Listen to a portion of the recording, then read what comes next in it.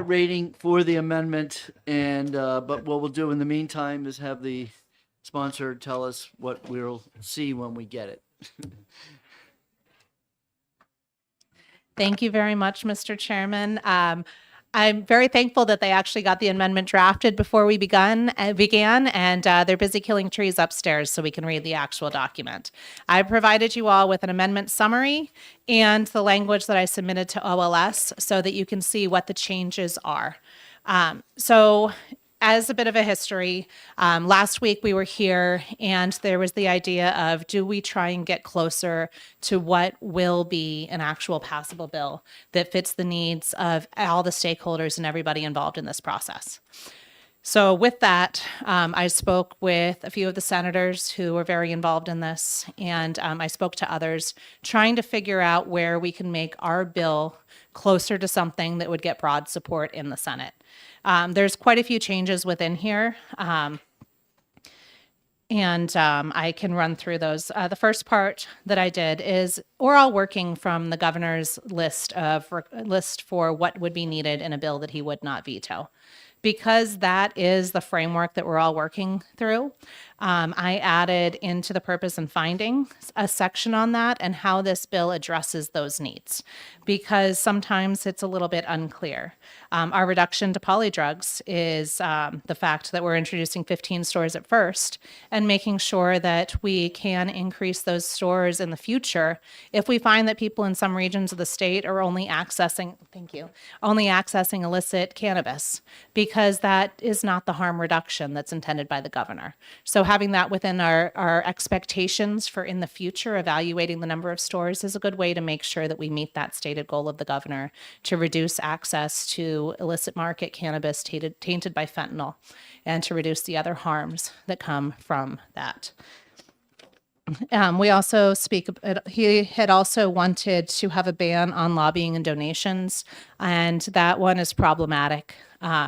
But I believe that the core of that is that if we set up a program where only a select few are able to participate in the market, and if that process isn't transparent, then the potential and the concern that people may not think that things are on the up and up is so high that I assume that that's why he wants to have the limitation on the lobbying and donations.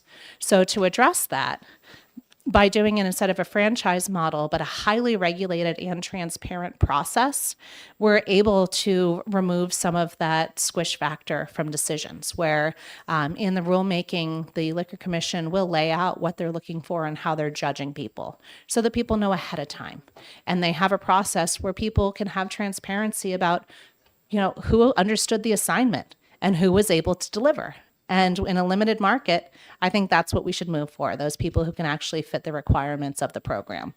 And also making sure that the laws and administrative rules don't pick favorites, but have that transparent process, I think really eliminates that concern that is well-founded when only 15 people, potentially only 3 with the commission language that says 15 stores owning up to 5 of them. If you had 3 people who are operating the entire market, that's a concerning situation, and I understand why under that paradigm there would be a reason to not have lobbying or contributions. So let's just do a better paradigm. There were quite a few sections in the definitions where I went through a lot of those details and nuance with Senator Abbas, and we figured out where he had a better definition or he liked mine. That's in the back of it. You guys can peruse that at some point, or just trust that any mistakes will get fixed in the future. Another section that has been a big deal breaker for some is the idea of a dual use license. The dual use was laid out as a store that was overseen both by the Liquor Commission and by the Department of Health and Human Services in order to be a hybrid store and alternative treatment center retail location. This whole framework allows retail outlets to sell therapeutic cannabis. And since retail outlets can sell therapeutic cannabis sourced through the ATCs, the need for a specific separate license, it would only be necessary if we otherwise wouldn't allow the ATCs to participate. Instead of giving a guarantee we need to ensure that they can compete for these, and that one of the factors that's recognized in the application process is that if somebody has operated a successful alternative treatment center in the state, that should be one of the factors under consideration, that only the ATCs who have been operating will be able to meet that. So it'll be one extra little tally in their court because they've been here. They've done this market. They provided access to our patients, but it won't be the only deciding factor, which provides transparency and is fair, because you also, we have great operators here, but you still want to set it up in language that makes it clear that you can't just come in with the absolute minimal deliverable product. You need to actually be offering a good service to the people of New Hampshire. So that guarantees that they're going to be just as sharp with their pencil setting up their strategy as anybody else.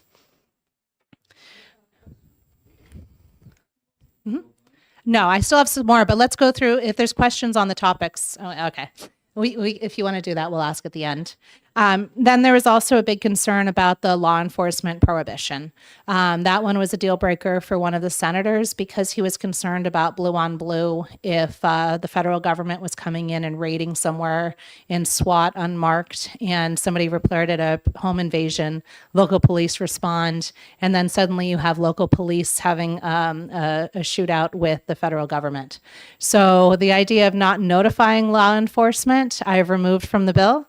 I know it seems like a stretch, but these days with swatting attacks, you never know. So let's make sure that this bill, the way that it's amended, would make it so that law enforcement at the state or local level won't be expending resources to pursue cannabis as a federal crime, as long as it's consistent with our laws.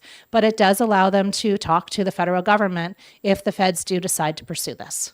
And quite frankly, if the feds tell them that they're coming in and pursuing this, it would be nice for them to know, because maybe they can let everybody involved know, hold on, the whole situation has changed and now the federal government is enforcing this. If you want to get out, probably now is a good time to get out of this business in this market. So that communication, I think, should be preserved. Next comes the smoking in public, one of the highly contentious issues. In the bill, we did not have a misdemeanor, but we've come to a compromise that the first offense is a violation and you forfeit all the cannabis and cannabis products on your person. Not in your car if you've just gone and purchased it, not in your house, but what you're physically in possession of. Because if you're out and smoking it in public, there's a lot of people that have a really big problem with that, and I understand that. I'm not a cigarette smoker, so I don't like that either. But it's just one of those ideas of being a nice, respectful neighbor. On the second offense, within 5 years, it would be a fine up to $500 and the forfeiture of the cannabis and products on your person. And then after 2 or more prior convictions within 5 years, it becomes a misdemeanor. I had really been looking at the Class B misdemeanor, and then the issue was raised that what about somebody who's on her 5th, 6th, or 7th smoking in public violation? At that point, if somebody's really flagrant about it and they just don't care, it would make sense that if somebody just keeps flagrantly violating our law and getting caught, then maybe some jail time should be on the table. So that's why it's not designated as a Class B. It's a non-starter over in the Senate if we don't have it as just a misdemeanor as opposed to a Class B. So that's a compromise that I've made, and speaking with stakeholders, it seems to be acceptable to them. There's a couple other details that probably are a little bit too far into the weeds in discussing it with the senators, but as turning to the next page where I have my 9 and 10 and my numbering wasn't great, a lot of that is just moving the dual use out. But the language, instead of guaranteeing the ATC as a store, would now say, providing that a major criteria in assessing the relative merits of each application will incorporate the successful operation of an alternative treatment center registered under RSA 126X and may convert to a cannabis retail outlet for sales permitted under this chapter and RSA 126X. So that makes it clear that the intention is that they can continue, that they can offer both if they do get a retail outlet and open that. Another one too, reading through the governor's list, he seems very strong on the 15 while also being pretty strong on the idea that the whole point of this is harm reduction, not profits, and to make sure that the illicit market is a lot less attractive, because unfortunately we have people in our state dying because they're buying cannabis on the street that's been contaminated with fentanyl. Since that is one of the overarching goals in passing this legislation, in the section talking about increasing the number of stores, I added the words increase, that one of the reasons to increase the number of stores is to increase access to legal cannabis in New Hampshire for people throughout the state. This is so that if the first 15 stores just pop up in the southern tier, that there might be a reason to make sure that people in the North Country aren't left to cross the border or turn to the streets, because we want to make sure that harm reduction isn't just for those people in highly populated areas, but for Granite Staters throughout. Let's see. Also, there was something that everybody had overlooked. Everywhere, you have to be 21 years of age or older to go into a cannabis store. That was nowhere in any of the versions of the bill. Because we're also going to be having access for therapeutic cannabis, I replaced the entire section that was about dual use with entry to cannabis retail outlets limited.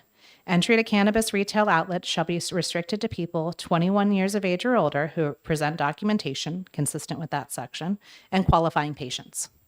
That way there's access for patients. If they have a retail outlet closer and they don't want to go to an ATC location, if those are still operating, then they can get that access. But otherwise, you're not going to have people under 21 in those stores, because we shouldn't have people under 21 in those stores.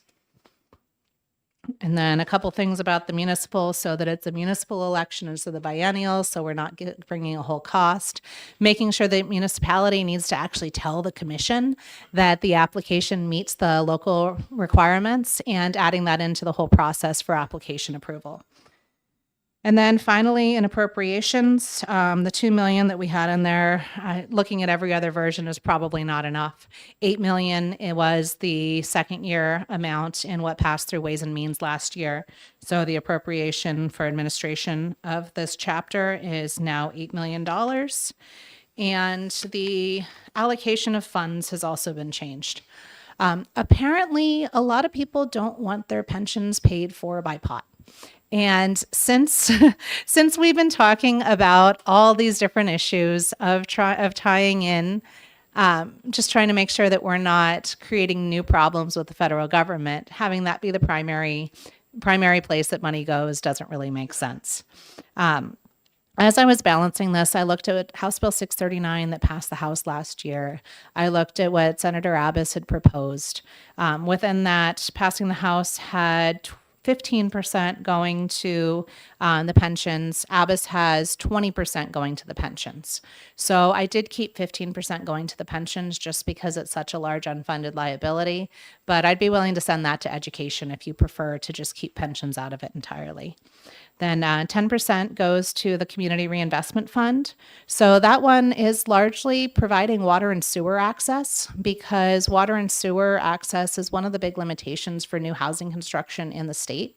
And rather than that would be a good way to make sure that we can have some of that infrastructure that will help make more affordable housing.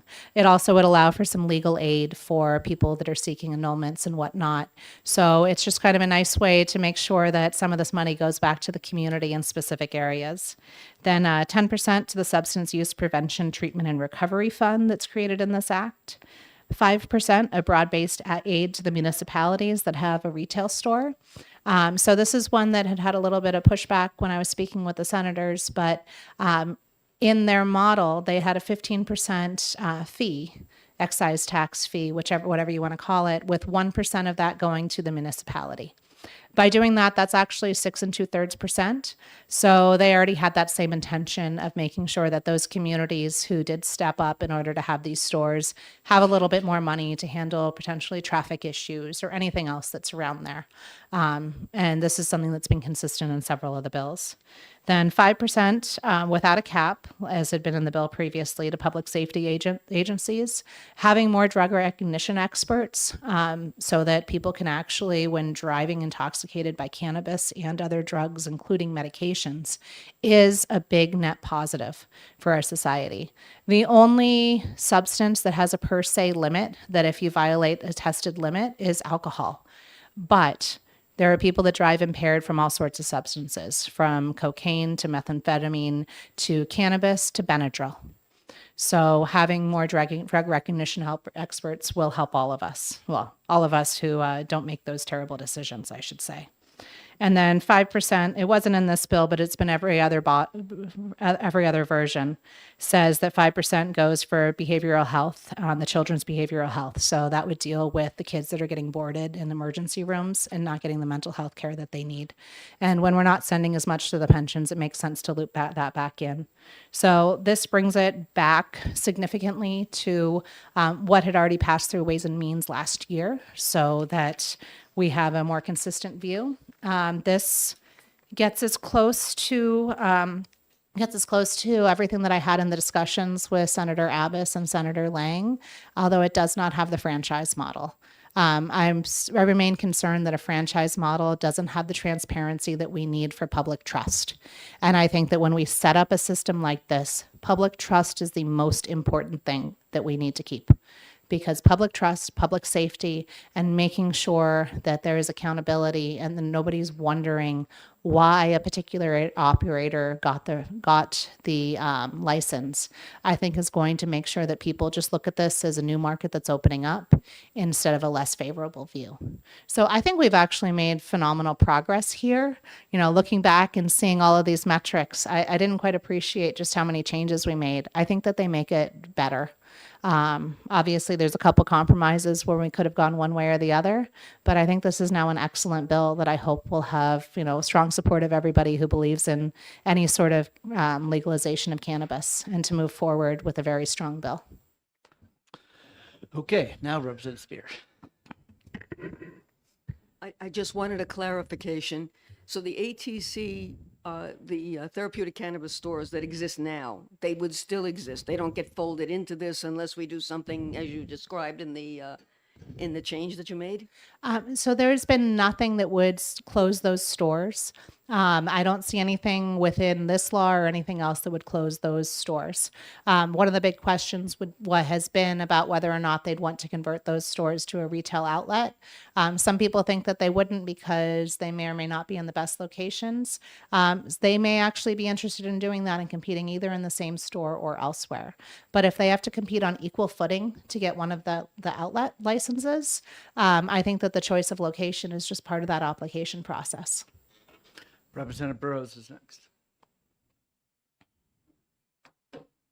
Thanks for taking my question. And I apologize. I don't think you addressed this, and I'm going to use a phrase I really hate, but it says that the ATCs must be considered, a successful operation should be considered a major factor.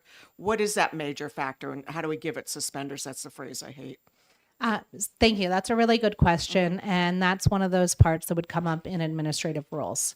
And so then we need to make sure that we express what that legislative intent is. I mean, how much of a factor do we think that should have? I know that in a tie should go to the ATC. But beyond that tie, how much more of a boost should it get? And I think that that's a good discussion, and one that probably should happen in public hearings with full transparency in the process of rulemaking. And just because it's hard to know until the entire rubric is set out. Okay, Representative Gibbs. Thank you. How have the representatives of the current ATCs responded to this proposed change to the bill? Thank you. I had sent some proposed language previously about how I was working towards it to try and get the best language. I actually sent the email to them with the specific language and then drove up here. So I haven't looked at my email to see specifically what they say, but I do know that there are some of them here. Yes, we can certainly invite them up to speak. Any other questions? Okay, don't go far. I will. Thank you. Okay, does anyone on the AT want to speak for the ATCs and where they are with this amendment? There we go.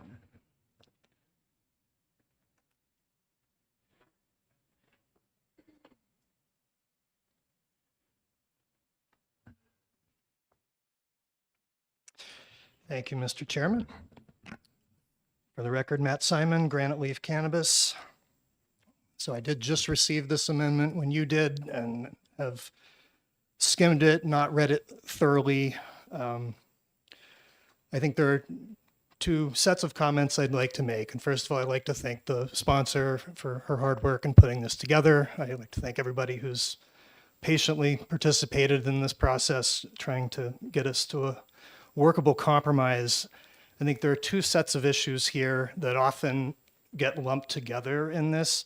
One is what happens to the ATCs, which are 3 cannabis companies that exist in New Hampshire that have been operating for more than 7 years. This bill creates criteria that would cause the ATCs to likely be able to get a retail license. And speaking for Granite Leaf Cannabis only, I can't speak for the others. We support that concept. We're willing to work with that. There is another set of questions and concerns. What happens to the therapeutic cannabis program, which now serves more than 14,000 patients?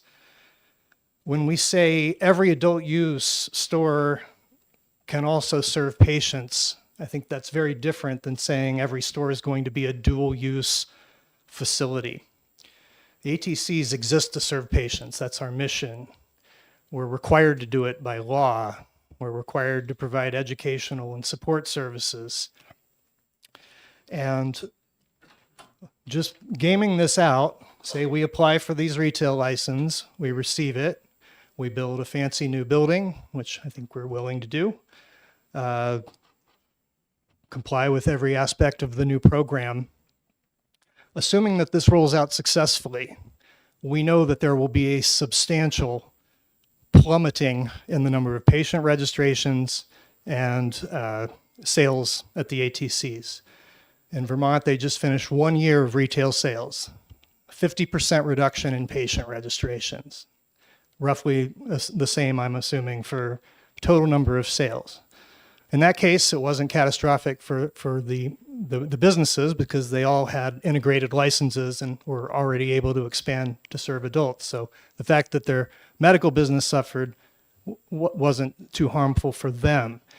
But Vermont is now trying to figure out how to actually restore these services so that the patients who are getting their cannabis from adult use stores do receive education and support. So I'm confident that can be done.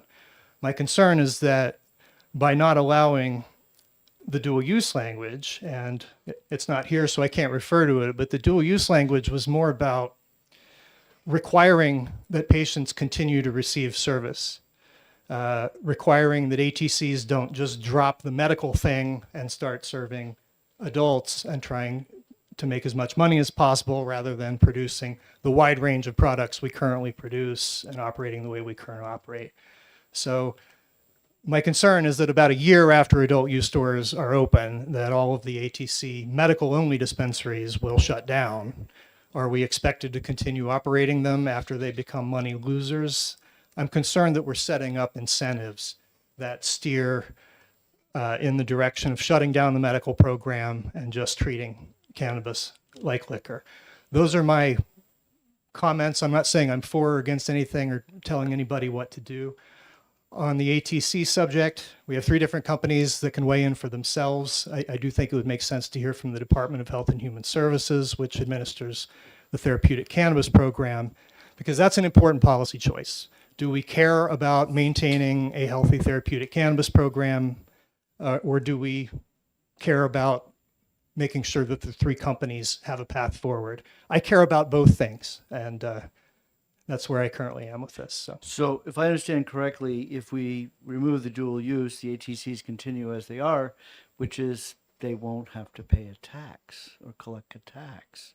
Oh, excuse me, fee, right? Because if you were operating under this new license, there is a 10%, call it what you want, collection.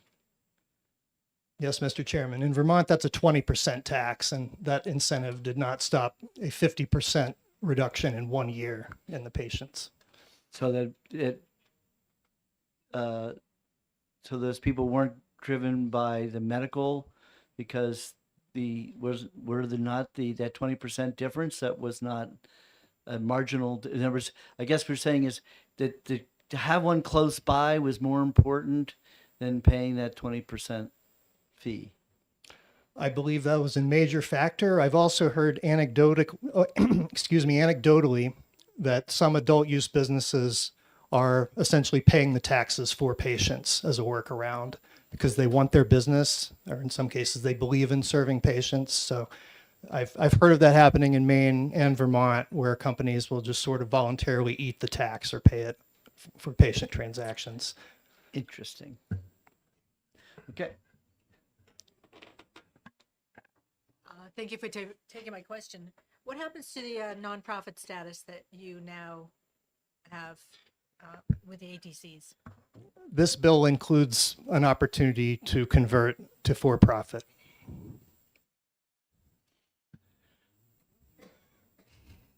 That's good, right? That's what you wanted. Yes, Mr. Chairman. Not necessarily what Support I that wanted, provision. but that was what you wanted. Okay, yes, Representative. Thanks for taking my question. Can you tell me what is the value add for, let's say, a patient who goes to the to one of your facilities versus now getting it from a retail? What are they getting from you that's important for them as a patient?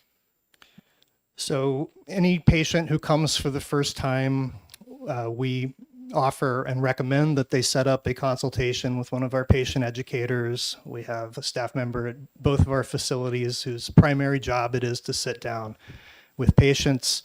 Many patients have never tried cannabis before, or they've tried it many years ago and have now been recommended to do it by a doctor. They have no idea where to begin. They don't know about the different types of products, how they're administered, what the pros and cons of one product versus another might be. So we sit with them and ask them questions like, what is your previous experience with cannabis? What symptoms are you trying to manage? What other medications are you on? They're trained to know about interactions. So if they're already on medication, that would be problematic. Some people have been using cannabis for a long time and don't need or want that kind of education. But for the subset of the population that we deal with, I think we've reduced a lot of harm, if I may invoke that harm reduction phrase. I was very encouraged to hear the governor mention harm reduction so many times in his statement. That's my view of cannabis regulation and medical cannabis specifically, is that it is primarily a harm reduction program and should be guided by those principles. And I don't see how diminishing the therapeutic cannabis program is consistent with a harm reduction approach to cannabis. So I'd like to find a way to keep our program intact if there's a way to do that while also reaching a compromise.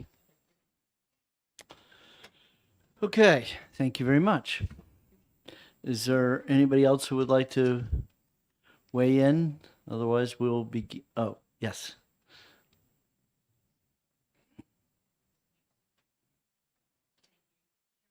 Yeah, make sure you hit the mic here. Thank you very Okay. much, Chairman. My name is Devin Chafee. I'm the Executive Director of the ACLU of New Hampshire. And I'll be fairly brief. I want to thank Representative Leon for all of her persistent work on this current draft. I think I have one significant concern with the current draft, and similar to a concern that I had with the previous draft that you saw at the last work session last week. And that is the idea that people will, under this draft, potentially be facing jail time for smoking small amounts of marijuana in public. That is actually a much harsher penalty than we currently have. So if you have less than 3/4 ounces currently in public and you are smoking in public under existing law, the most significant potential penalty that you would face would be a Class B misdemeanor. One of the other benefits of categorizing it as a Class B misdemeanor, it's still on someone's record. It's still a significant penalty, but you're not facing jail time, which also means that the taxpayers of New Hampshire aren't potentially paying for public defenders to represent people who were simply caught smoking in public. I think from just a fairness and a justice lens and from what we're trying to accomplish with this legislation, the idea that we would be criminalizing, nonviolent activity that right now is not criminalized through passage of the marijuana legalization law in a way that would have much stiffer penalties than currently exist, and potentially putting people in jail simply for smoking and possessing very small amounts of marijuana, I think does not make sense. And so that's one area in this draft that I have concerns with. Thank you. But that's the third offense, right? Within a 5-year period. Correct.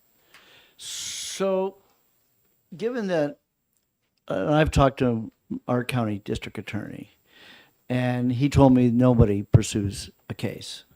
They don't bother. So, third offense means that there were district attorneys that were willing to pursue it, not once, not twice, but 3 times.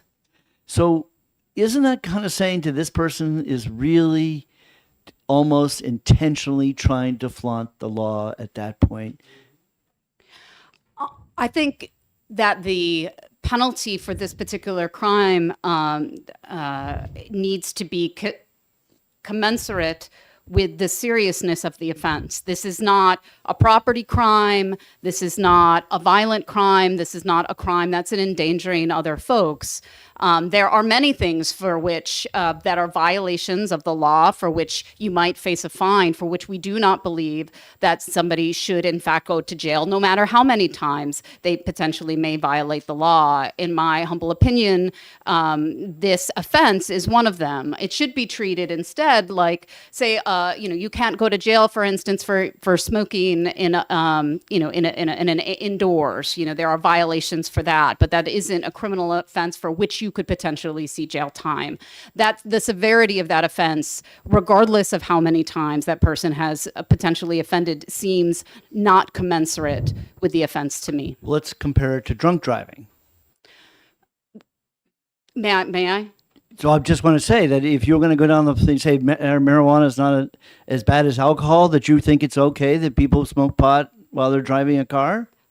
With all due respect, Chairman, I believe that is a separate part of the bill that addresses the issue. That is a Well, I'm very just talking different. about if you have a third DWI, you go to jail. Well, yes, sir. As you So certainly. how's that any different than three times being busted smoking marijuana while you're driving? In my opinion, it is very different in that by drunk driving, you are putting people's lives and health and safety at risk. When And not you take to marijuana. the wheel, when you are intoxicated, you are potentially putting people's lives at risk. By smoking in public, that is not at all. Well, what we're is talking happening in about that third offense. time. That could be in the car. That three times you. That is a different section of the bill, Chairman, that actually deals with. I'm if just somebody using an is- example of how they might have gotten arrested. Okay, and that I was saying is why, in terms of 3 times of drinking in public, I bet you that's potentially a Class B also, or we're Class A. And I think 3 times if that's just, how is this any different than alcohol and the alcohol laws? If this mirrors what we do with alcohol, then I don't understand where you're going with it.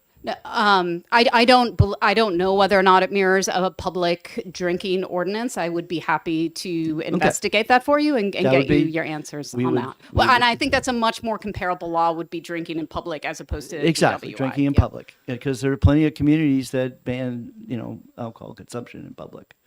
But I was just using cars as an example because that's where most people are drunk driving, or drunks. That's where most of them are arrested, is in cars. Representative Sullivan, we haven't heard from you yet. I wasn't trying to talk, but Oh, to your okay. point, what you were saying, I agree with her that your analogy with smoking and driving is different than smoking in public, and I think that's what she was saying. I think she did a good job of explaining it. I think if you're going to do drunk driving and smoking and driving, there are analogies there, and then there's analogies with how we treat drinking in parks and smoking in parks, and that's what we should look at. But Right. don't try to Right. equate the two. because I think I she would pushed be back no on it. doubt in my mind. I can't say what goes on in New Hampshire and Hampton Beach, but I know where my summer home in Rhode Island. Yeah, you can potentially go to jail for your first time being caught drinking on the public beach, the state beach. So I don't know what the New Hampshire law is. So, but anyways, let's have a conversation. What do people feel about this amendment? And we'll start with you, Jared. I think that we've done a pretty good job coming up with compromises that hopefully, make people get it. Everybody gets a little bit and give up a lot, feels like. Do I love it? No, but I think if I prioritize the things that are most important to me, it is the harm reduction of people who consume it. And right now, maybe are getting it from illegal sources that have fentanyl or other things laced into it. And then also the arresting of people and ruining their lives because they're caught in possession of it or whatever. So those are the top priorities for me. I think it's no secret to this committee and many people that I'm not a fan of the state-run model. I think it's an inefficient way to do it, and I think it's going to be something that generations from now people are going to be frustrated with in the way that we've structured it today, and this is our one time to get it right. But am I willing to swallow that bitter pill to reduce the harm reduction? I am, and hoping that maybe at some point in the future, maybe another group of people sitting in this room in a decade or whatever. can Election address will that. be coming up before this bill will ever go into effect. So Well, yes.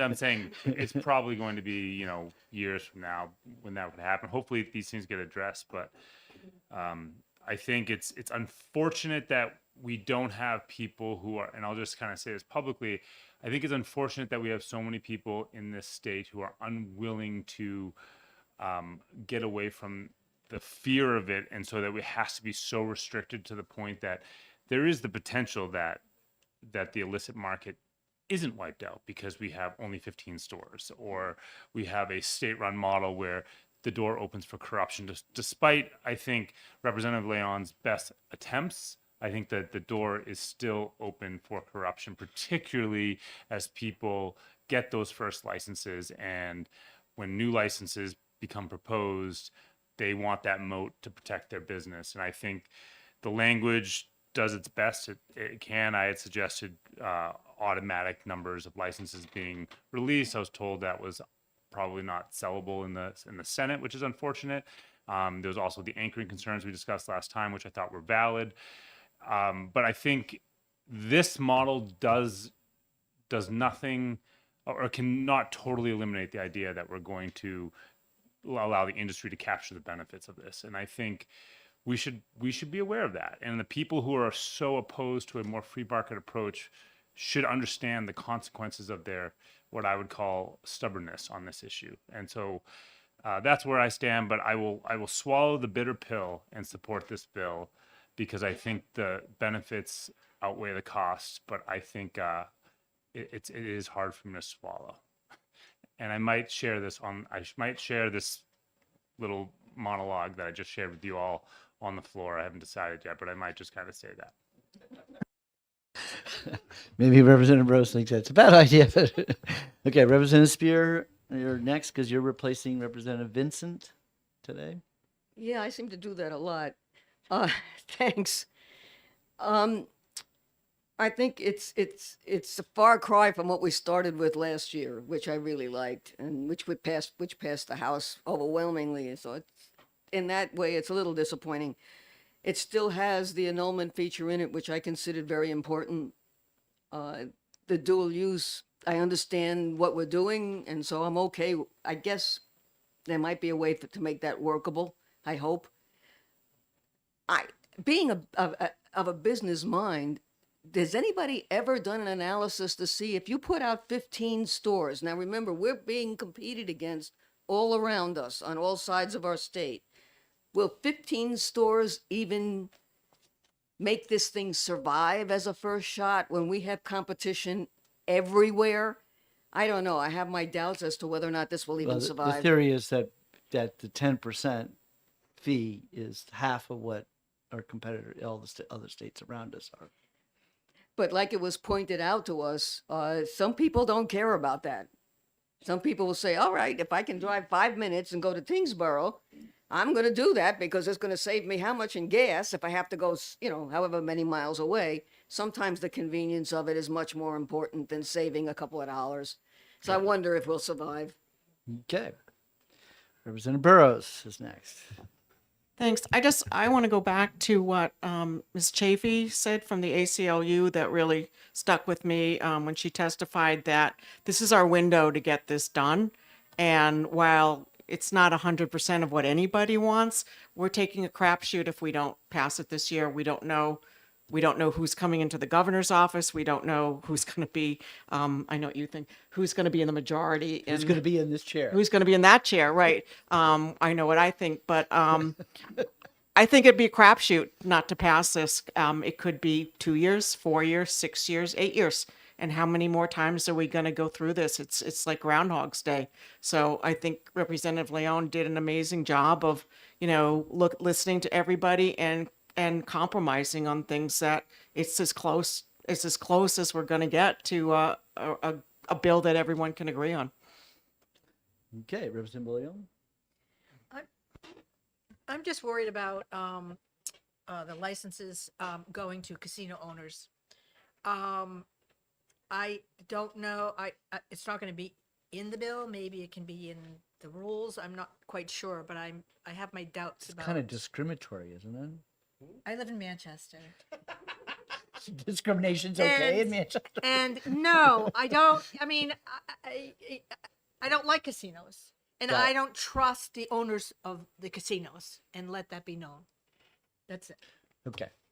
But the bill, thank you, Representative. I think you did a great job all the way through. Thanks for your patience. Okay. Representative Petusek. Thank you, Mr. Chair. This is the third cannabis bill I have seen in the last 3 years? 2 years. The first two cannabis bills take up a 4-inch binder in my office with all the amendments, all the changes, all the updates. So far, this bill has only taken up about an inch and a half in a 3-inch binder. Maybe that's success. I can and will support this bill.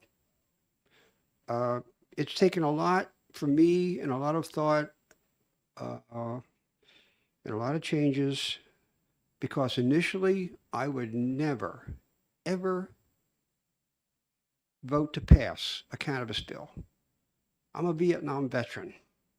I've seen what happened back in the day when guys would get stoned at night, go out on a patrol the next day, and wind up with a bullet in their head. If that doesn't scare the living crap out of you, nothing does. But I've changed. Even though the cannabis today is like 80 times more strong than what we had in the 70s. I will be supporting this bill because so far this is the best thing I've seen. And it makes its way over on the other side of the wall, and it gives the folks over there a good starting point to work with. And that's it for now. Okay, so Representative Post, we're still waiting for her. I guess she's testifying. Representative Walsh is next. Thank you, Mr. Chairman.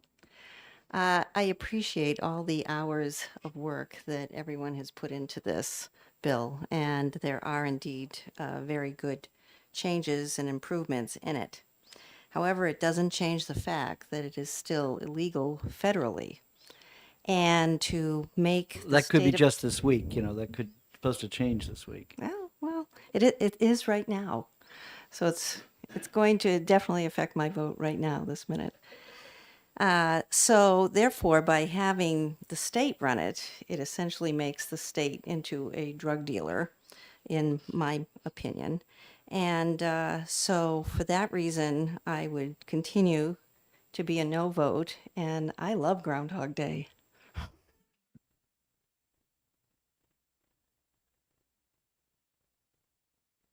Yes. Representative Gibbs. Thank you. This bill has several bitter pills for me as well. I would have much preferred the free market approach, as several other members of the committee have discussed. But my main goal with regard to cannabis bills, and I've seen quite a few as well, is to stop subjecting people to criminal prosecution for marijuana and to stop giving people criminal records for marijuana. And as my main goal, and I think Representative Land has done a wonderful job in finding compromises that will satisfy the largest numbers of people, and I really thank her. So I also will support this bill. Okay, so that leaves me, and I will be supporting this bill. And I would be supporting it on the intention is that we are so far away from when we're actually going to be selling marijuana in the state of New Hampshire. And that I want to get the ball rolling. And not that the term rolling has other implications, but I truly believe that the concept, whether we have state stores or franchisees or agency stores or the free market. The problem with the free market is that if you don't have controls over it, like Maine, it really is it's seemingly totally out of control over in that state. But having said that, what I do acutely am aware of is that before you can even have stores, you've got to have cultivators that have grown it. And that ain't happening for over a year to make that happen. Probably 2 years. So in that case, that will be at least one election so that we can have plenty of chance to revisit any of these things. And so therefore, it's at least take that first baby step to get forward is passing this legislation, and that's why I will support it. Okay, so who would like to make a motion? All right, Representative Burrows.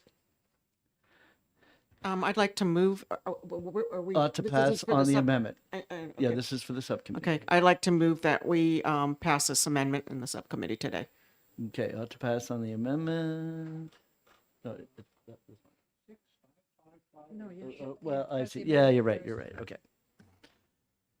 And the amendment number is 55. 0655H. Okay. Who seconded it? Who would like to second it? Okay.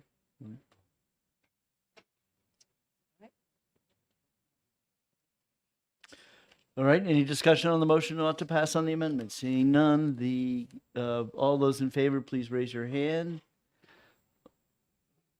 1, 2, 3, 4, 5, 6. All those opposed? 6-1. Okay, the motion is now ought to pass as amended. Okay, Burrows and William. I would like to move that we pass we passed 1633 with the amendment 0655H. Okay, the motion's been made and second.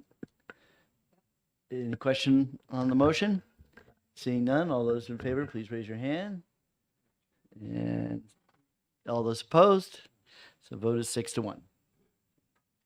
And we will be taking this up tomorrow afternoon, after lunch.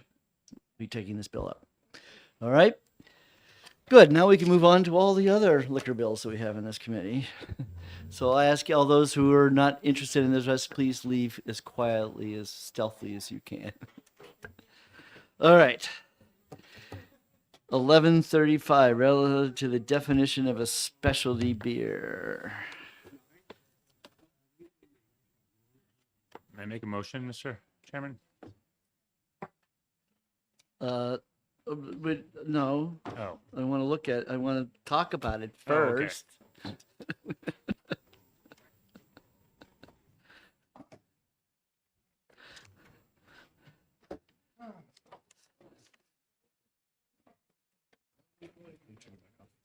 Is that? What? Oh.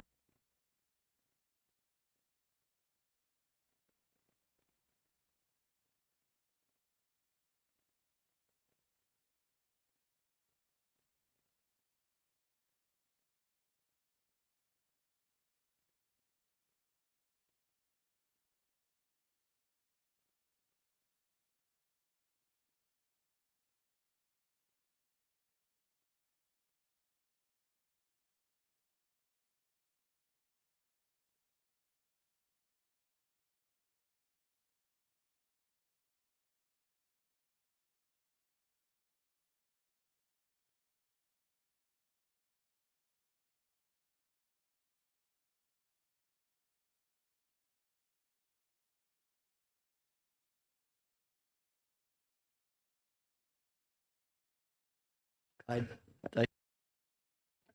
all right, so which bill is this one? I can't seem to find it. It's, Yeah. and What's this one as a about? co-sponsor, I think we just wanted to kill it. I can read the title, guys. I So just this is don't- the one that we're trying to change. The language was incorrect, and after discussion, even the sponsor and I'm a co-sponsor, we decided we should just ITL it.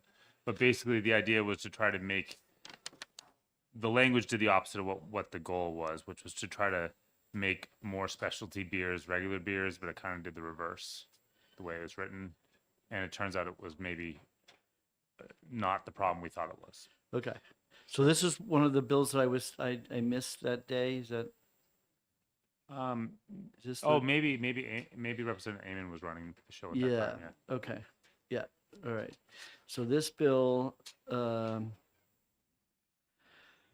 so you want to just kill this then? So- Yeah, should ITL. Okay. I know the sponsor's fine with that. Okay, does anybody in the room have a problem with ITLing this bill? Speak now or hold your peace, okay? Representative Sullivan, he's a member of the subcommittee. Second by Representative Hunt. Killing a bill, you know I love to put my name on it. Okay, any discussion on any expedient to legislate? He has left the room. All those in favor say aye. 1, 2, 3, 4, 5. Representative Walls? 6, okay, 6 to 0. Yeah, Anita. Okay, great. Actually, you know what, I need it. Yeah. Okay, Do you have the bills? I have them. yeah, okay, so next is 1321, repealing the penalties for the sale of kegs of malt beverages without a receipt. All right, my iPad, I know, but I just wonder why I'm not cooperating, but okay.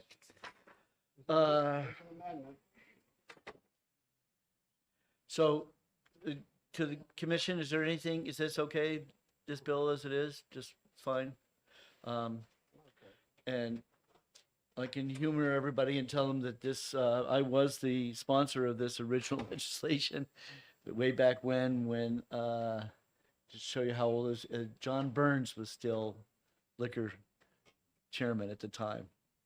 And he thought this was a great idea, but, and I was willing to go with it only because, in my bill at the time was to, reduce fees for direct, the direct shipper law, which is my pride and joy. And so at any rate, I think at this point we found out that enforcement in this, it didn't pan out as much as we would have liked it. So, okay. Anybody like to make the motion for this one? I'll make a motion to ought to pass. Okay. Representative Sullivan, second by Representative Spear. Moves ought to pass. Any discussion on the motion? See none, all those in favor say aye. 2, 3, 4, 5, 6, 7, 8, 7, 8. No, 7, because we're still looking. Yeah. All those opposed? No more hands. 7 zip. Okay. Moving right along. Okay, so this is Sullivan. And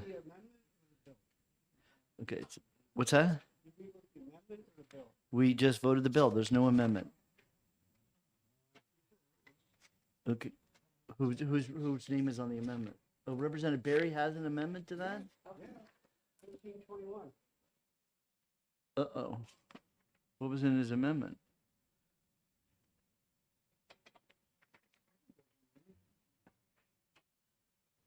If I recall, the amendment was just to change the size. Okay. All right. Having voted on the prevailing side, I ask to reconsider our action on 1321. All those in favor, please say aye. Aye. Okay. So,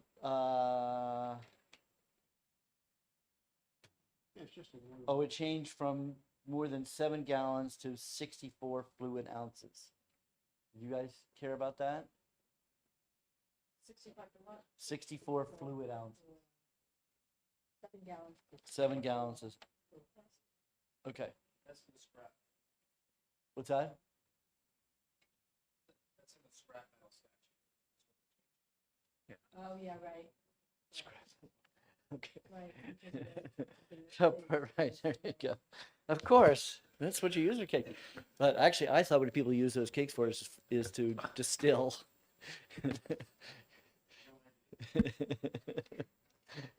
Okay. All right, so move to reconsideration. We voted in favor of that. So now Representative Sullivan moves to pass on the amendment number 0123. Okay. All those in favor of the amendment, please say aye. Aye. Those opposed? So that was passed 7 zip. Okay, Representative Sullivan, second by Representative Spear, moves to pass as amended. Any discussion on the motion? See none. All those in favor, please say aye. Those opposed? So moved unanimously. Okay.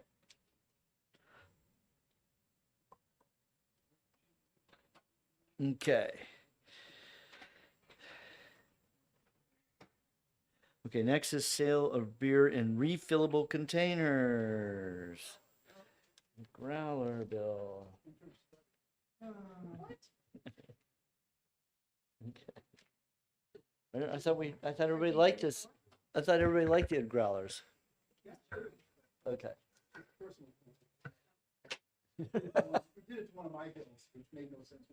Oh, we didn't do it to you? No, okay. You were just, this. You're killing me. We don't do that. No, we are not vindictive. We don't do that. Okay. I don't know. This is whose pile is this? This is what. Oh, this is okay. Right. So I would say that over the years, this issue we've had passed in the House and it died in the Senate. And then in some years we actually died in this committee. And the reason being was at one point in time, growlers was a really major thing. And right now growlers are they're not, it's just not popular anymore.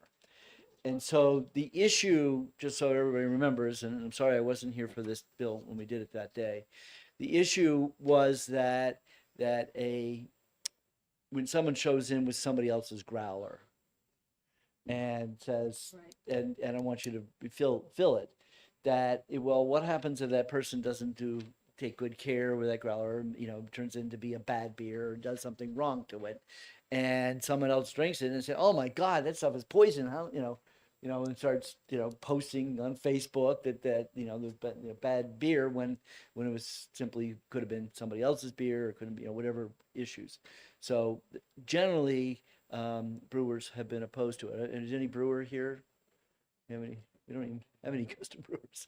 Okay, so they didn't even show up on this. Okay, so like I say, in the old days, they would all show up and overwhelmingly tell us not to pass it. Right. So, but at this point, it's they're less and less important in terms of what now it's more about going in and tasting and drinking and inside the facility, which just brings up a whole nother set of problems that we have with beverage manufacturers. But otherwise, it's people want the product. They want it in a can. Yeah. So, okay. So is there any amendment for this one? No. Okay. All right. Yes. Not being an expert on growlers or anything, at least I know what they are. In my town, I see them being sold, the containers being sold all over the place. You're saying that it's not common anymore? I'm saying is, the idea of people going in and getting a growler filled is less and less happening. It's not, if you were to ask a beverage manufacturer, which of course we don't have any in the room, but the only one close to it is Scott Shire, and he doesn't want growlers because they distribute and they don't distribute growlers. So, but growlers are just it was a phenomenon that at one point in time was really cool. It was that was when we first started out with custom beverage manufacturers, it was very was absolutely growlers was a part of their business, but now less and less so. So the fact that they're willing to, the scheme of things, they're obviously don't care anymore. So, but okay, the motion. Who's going to make the motion? Who wants to carry this forward? You want to do this, John? Where am I? Ought to pass. Okay. Okay. Okay. Okay, Representative Patusek, second by Representative Hunt, moves to pass. Any discussion on the motion of ought to pass for growlers? This will be allowed to refill a growler that's not yours. And it's enabling. They can still say no. Exactly. They can say no. We don't trust you. Somebody else's bottle. So. But the crazy thing is, you would say is, well, if somebody walks in a growler and you go, well, are you sure you want? How do we know how clean it is? So firsthand, I saw how they clean a growler. They pour some poisonous stuff in it. It probably has PFAS in it, and they shake it all about, and they rinse it out, and it's clean. So. Might be one of the reasons why people don't drink growlers anymore. Reusable growlers. Okay. Next one is 1702. Oh, I'm sorry. Okay. All those in favor of to pass on 1334, please say aye. Aye. Those opposed? So moved. 7 is it. Okay. Okay, 1702, relative to the oversight of Liquor Commission funding and repealing the Liquor Commission fund. Representative Patusek wants to move inexpedient to legislate. Yes, I do. There's an amendment, Mr. Chairman, that was going around for the bill, if anybody wanted to consider O2P on this bill, but Okay, which took care of, it's right on your desk, right beside you there. I just passed it All right. around. Representative McGuire and I introduced it. oh, okay.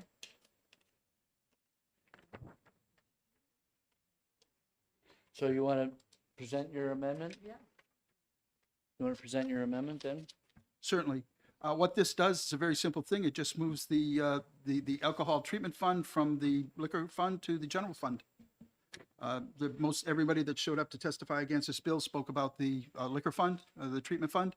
And what this does is it just keeps the fund, because if we were to take it out, it would basically do away with the fund. This just keeps it, but moves it to the general fund. If we're going to move the revenues to the general fund, this moves the liquor treatment fund. It keeps the treatment fund at the 5% funding and just moves it to the general fund. Okay, but this is only section 1 of the bill, so you're keeping the rest of the bill. The rest of the bill would be kept. Yep. So just you amends it that really once. want to move everything Yeah, into. that's the intent. So, just so you know, that whole discussion about moving it from the liquor fund to the general fund, the big thing I heard when that was going on from the people who spoke on it, and they got 1 year, okay, was that, and now you're making the funding totally part of the general budget.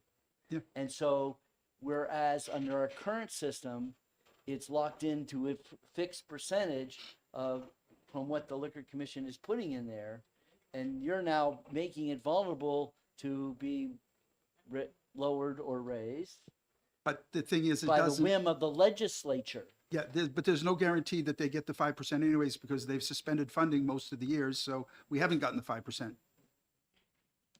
So this does no difference to what's been going on now, it just I moves it did to the not general hear fund. suspending of the funding, no. Well, I there's didn't- many years they did not get the 5%. Oh, that's back when we were having rough. Even recently, so, How far is recent? so. How long's it been since that's been funded?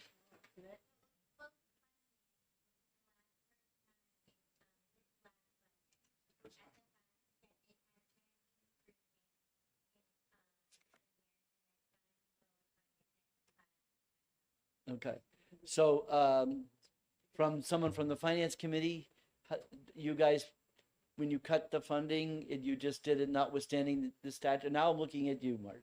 Yes, man. Yes, I'm looking at you now. Yes, I'm looking at you now, as someone who sat on the finance committee. Yes, you can come up to the mic.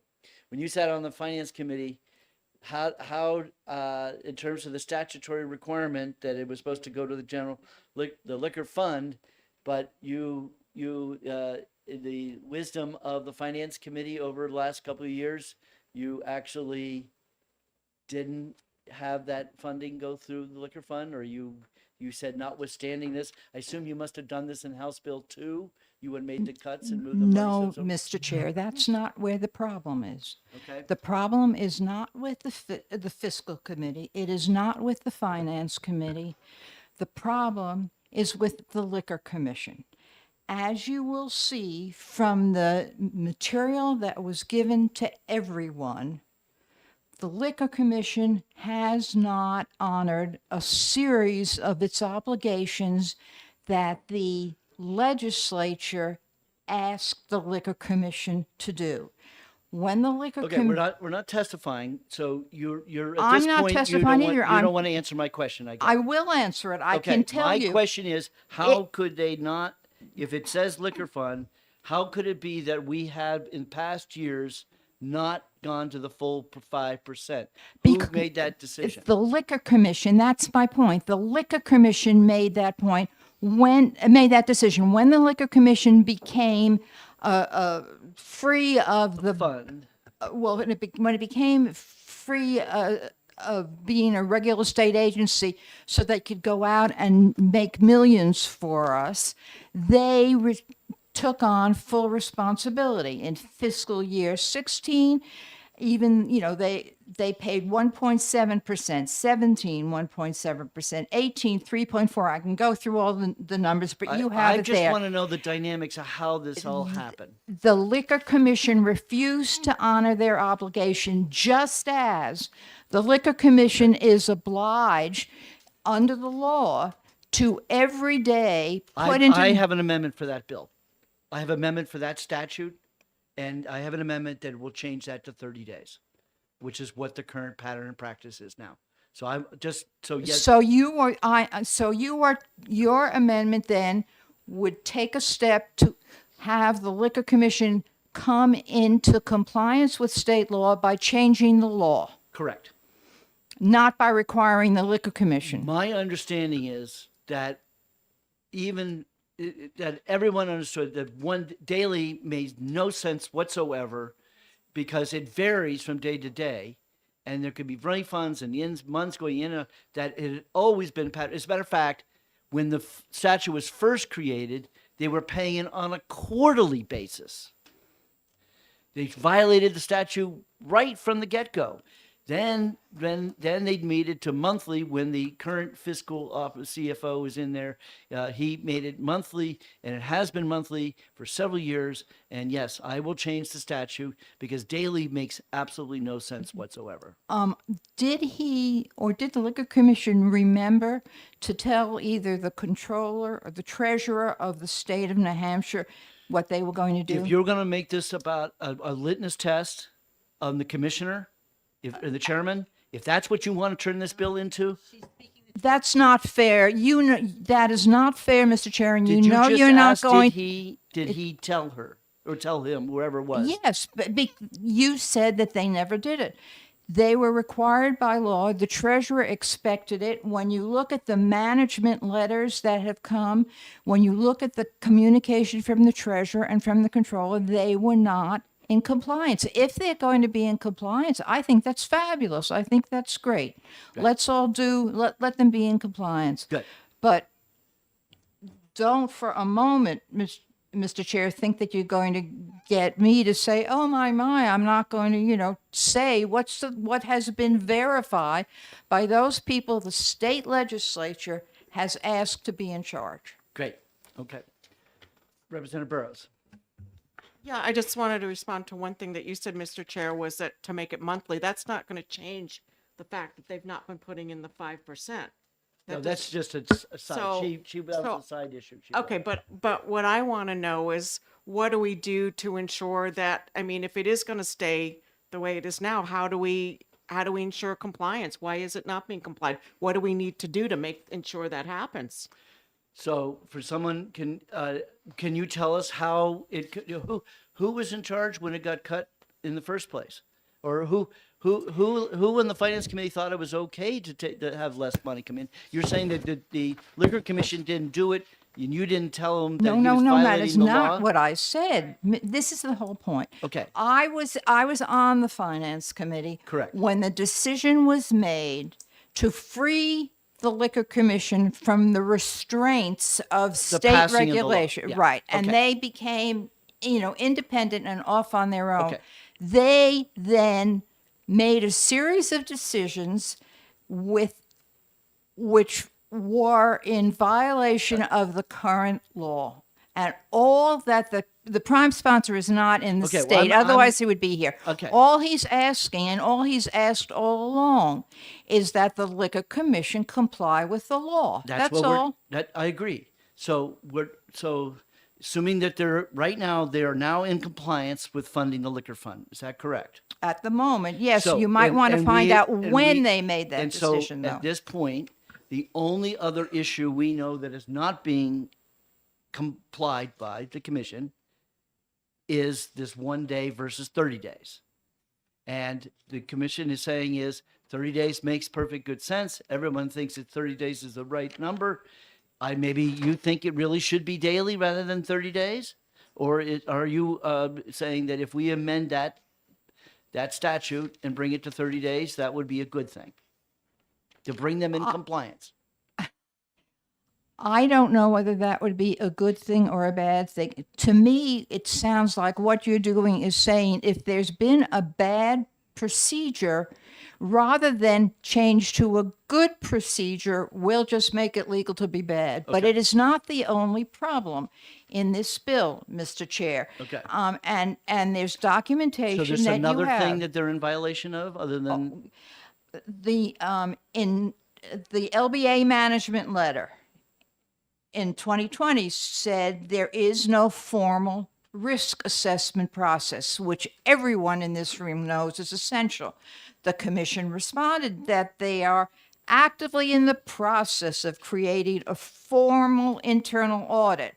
2 years later, the LBA said exactly the same thing, and the Liquor Commission responded with exactly the same language.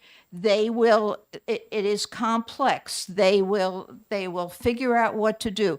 They are free of the normal constraints, and they are acting in a way that shows they do not honor the requirements of the law. And they've done it in situation after situation. great, thank you very much. You don't really mean thank you, Mr. Chair. I'm always, we've known each other way too long. I know. Thank you very much. Representative Spear. I've listened to both sides of this thing now quite a bit, but there are laws that they have to follow, and so there's procedures that we can do to make sure that they follow those laws. We can do things about that by beating them on the head or whatever it is that we can do. But last week, I saw the Finance Committee do something that was so egregious that I would never give them anything. And as a result of that, I would never move this fund into the Finance Committee because you don't deserve it. Okay. If you're talking about the bill that the chairman Just waived. Oh, absolutely. And I would suggest to you that you go back to Representative Burrows and her suggestion to think about who's going to be in the chairs in the future. Thank you very much. You want me to leave now? Yes, please. Yeah, oh, you have a question for her? Okay. Representative Gibbs was next. Well, I actually have a comment. So if Representative Burrows has a question, maybe she should go first and then I'll make my comment. Okay. Thank you for taking my question. So, okay, so I have the same concern you did. This hasn't been happening, and then this year they put the 5% in. It hasn't been, by law, they're required to do it, but it hasn't happened. So what do we do to make it happen? I know I think a lot of us are concerned about moving it to the general fund because it might not go where we want it to go. So do you see any solution other than to send it to the general fund to get them to do what's required by law? I see a solution, but because I have looked with great respect for many years on the chair of the Commerce Committee. If I suggest my solution, I'm afraid that he will lose any feeling of love and affection he has for me. And that is to say they have not honored their obligation as an enterprise agency. They haven't. And I say it in situation after situation. They look at how much money they have borrowed, what they're paying in interest, saying that, because they're expanding, but they're not bringing in any more revenue. They're not bringing in more revenue. So shouldn't they be limited a little bit in all their new spending until they're able to bring in more revenue? I don't know why they're not bringing in new revenue. Whatever the reason is, that's their problem. They chose to do that. But when you look at how much that revenue they've brought in and you compare that with how much they are borrowing and having to pay interest on, and they're free to do that because they are an enterprise operation, they're not a regular state agency, I find that very troubling. So it is how the Liquor Commission has been managed. And there might be perfectly legitimate reasons. Let's find out what the legitimate reasons are. There might be things that we should be doing in the legislature to make it easier for the Liquor Commission to be able to generate more revenue. But right now, the money that's coming in to the Liquor Commission is not going to pay education. It's not going to pay to address drug abuse. It's going to pay off the money that they've borrowed. And it's not good management. And the one thing I do know about the chair of the Commerce Committee, among many others, is that good management matters to him. And I think you ought to take a look at that. And figure out where you want to go. What the prime sponsor wanted to do in this bill is to say, let's find a way to make sure that the money goes to the alcohol, whatever that full name is. There's so many words in it, I don't remember it all. But the money should go to it.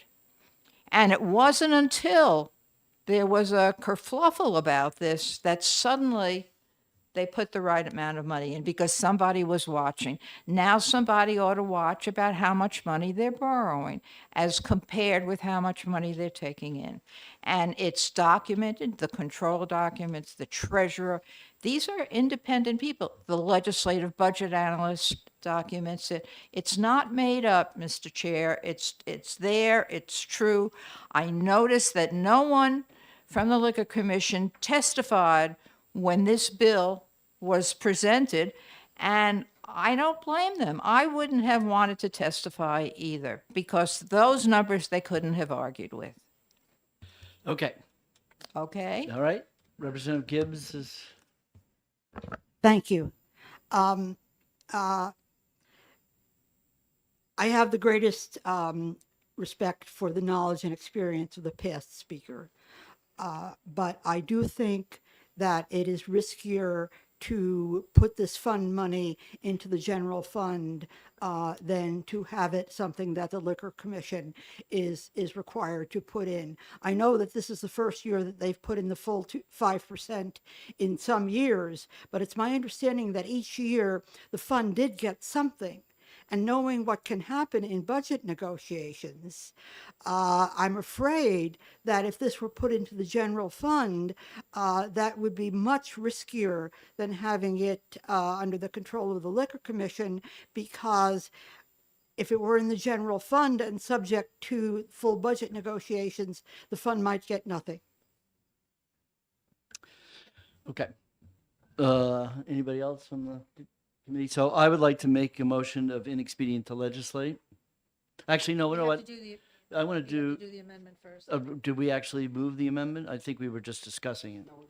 Actually, I think we'll do interim study so that we can have an explanation on the funding and how the finance department can overlook the fact that this money wasn't fully funded and what's happening to the interest. We want to know what's happening to the interest. Does that seem okay? Representative Grassi, you okay with interim study? Okay? A question. So it was brought up by Representative Smith that she doesn't feel, and maybe rightfully so, because I have never read the books. Is there some formal way we can get an audit or something to figure out, is there really something that's... Yes. As a matter of fact, there is the audit by the budget office of, what's the correct title? Office of the Legislative budget legislative assistant. budget, which is, their office is right down after my escape steps, from the state. So anyways, we will get their reports and the committee will review it and get to the bottom of these questions. Okay, so I will make the motion. Mr. Chair, Yes. are we talking about the amendment? Right now, no. The amendment is, at this moment, we never moved the We never amendment. moved the We amendment. never moved the amendment. All right, I only asked him is to explain it, and at this point, he is okay for interim study. Okay, I have already moved ITL Well, on 1702. It's interim study. um, I didn't hear it. I did, I didn't hear it. I didn't hear it. Is it okay if I do you really want to do the motion? If you want to do it, that's fine. Okay, you want to make the interim study motion? Okay, Okay, Representative Patusek moves interim study, then may say, yes, thank you.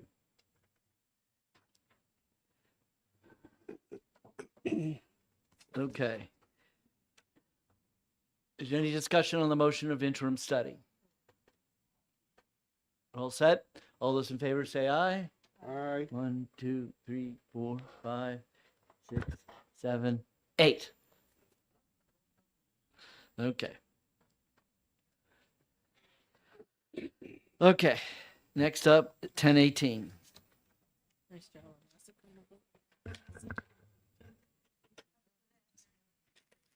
Always a pleasure to see you.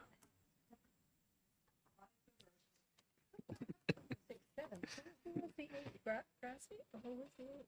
Because it's seven. Then, Yes, Peter so, is taking over Vincent's. right, so now we have, Four, we have, six, seven. His uh, post is, she did vote. Okay, so Yeah. she isn't. she's here now. That's it. Got it. Right. That's where it is. Yeah, exactly. Thanks. Okay, what's next here? This is 1018. That?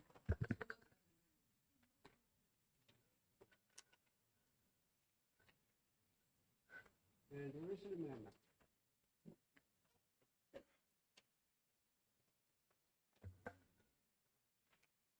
Okay, all right, give us. All right.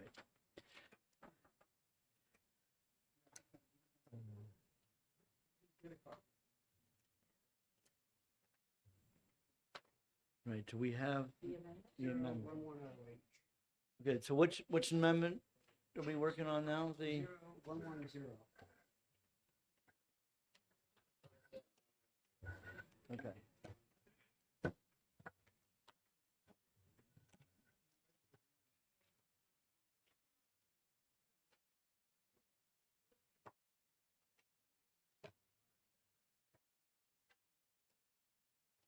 This is 10.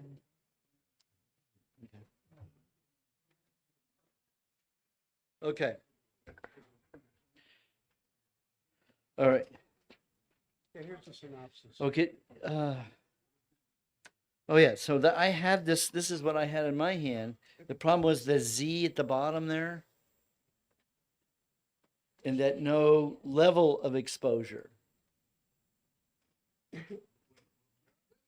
So I'm looking at 0110.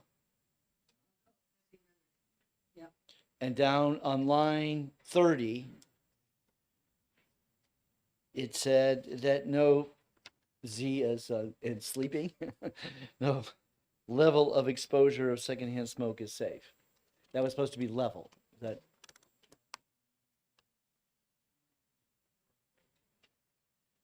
that correct? Okay. So what we want to do today, because like you say, whether we get through all these bills, you know, there's going to be a point where we might just say we've had enough of this. That this one will take up, but is there any other questions with this amendment as 1018 is written? Is everybody okay? I know a lot of you are in this room for this. Okay. And that is? Okay. On page 2. Oh, as introduced. Okay. Yeah. Thanks. Okay, as introduced, 10, okay. What was it? So it says no liquor manufacturer distilling less than 1,000 cases per year should be licensed to distill.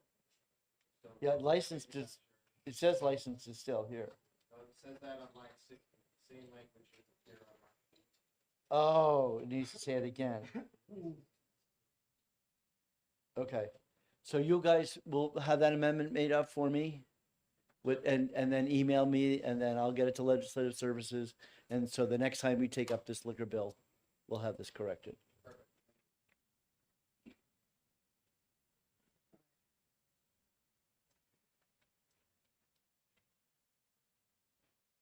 Okay.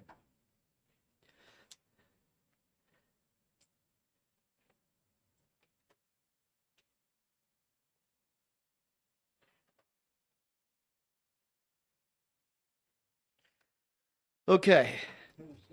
1076.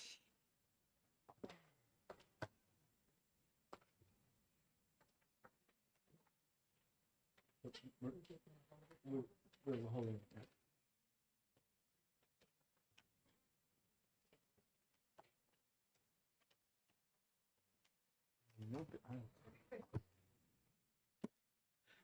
Okay.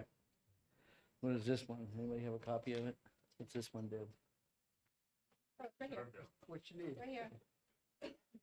Okay. 10. It's 1018. We're doing. You're doing 1076, yeah. Doesn't mean I know what's in it. Okay. Thanks. So you can see my notes, man. It's like a cleanup. The cleanup. Yes, this is housekeeping. But there was, looks like. Oh, you looks or like beverage were gonna do manufacturer. some sort of The amendment. versus no, the on-premise licensing may be the manufacturing facility on Yeah, never got the amendment yet. the Probably wine can't. manufacturer. Okay. So with this, so this bill needs to be amended. Okay.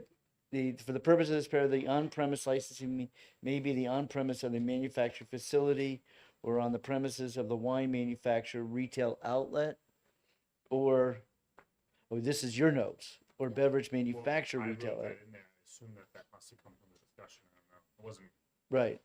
I think that must have been like you were gonna change it or something. There's only one license. Okay, the holder of a wine will issue an on-premise licensee at the discretion of the committee. So the question is adding beverage manufacturer, this is, Danielle, this might be a bureau, or adding beverage manufacturer retail outlet? What is a beverage manufacturer retail outlet? We didn't even have a license like that. I don't know. I don't know why I wrote that. I assumed it came from our conversation. This was the. Okay. It's a license, right, you can only have one license, yeah, okay. Okay. Why don't you come up here and tell me what problem I was trying to solve?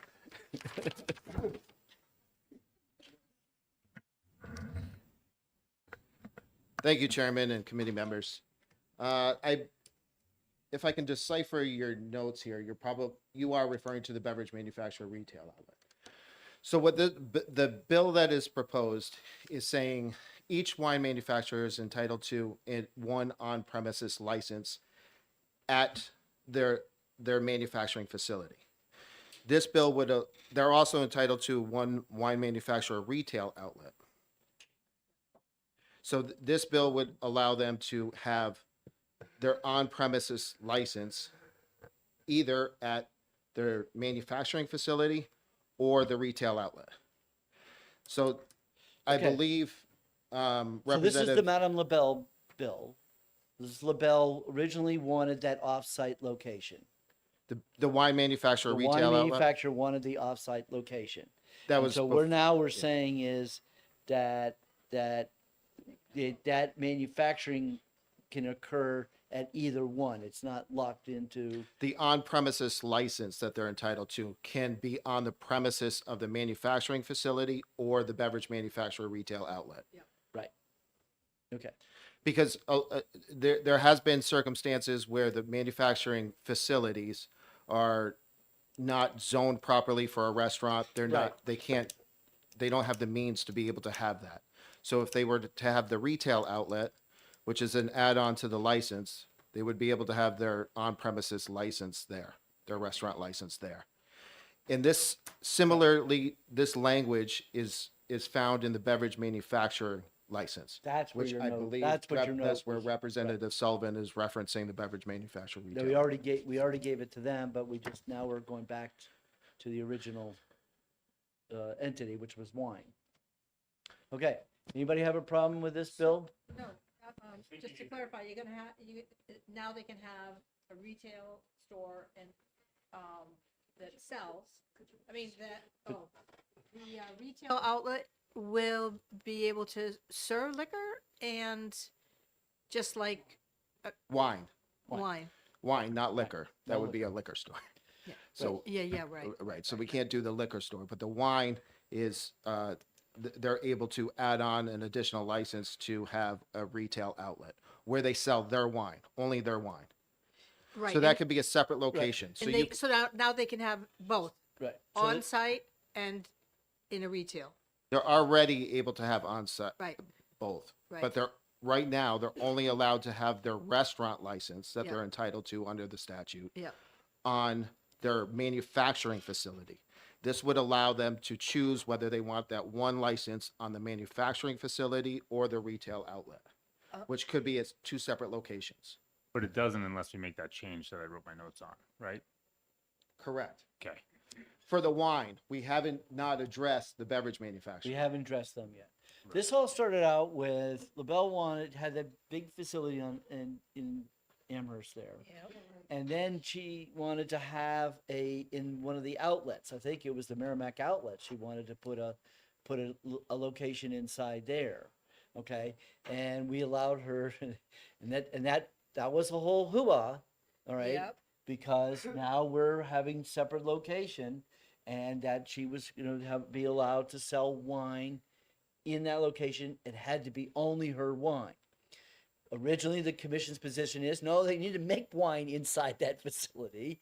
And everybody says, no, we don't think that's probably a really good idea for them to have a little winemaking business inside a mall, and so that the conclusion was we'll give them the right to have that other location. Now we're saying is that location can actually be an on-premise licensee, which means a restaurant.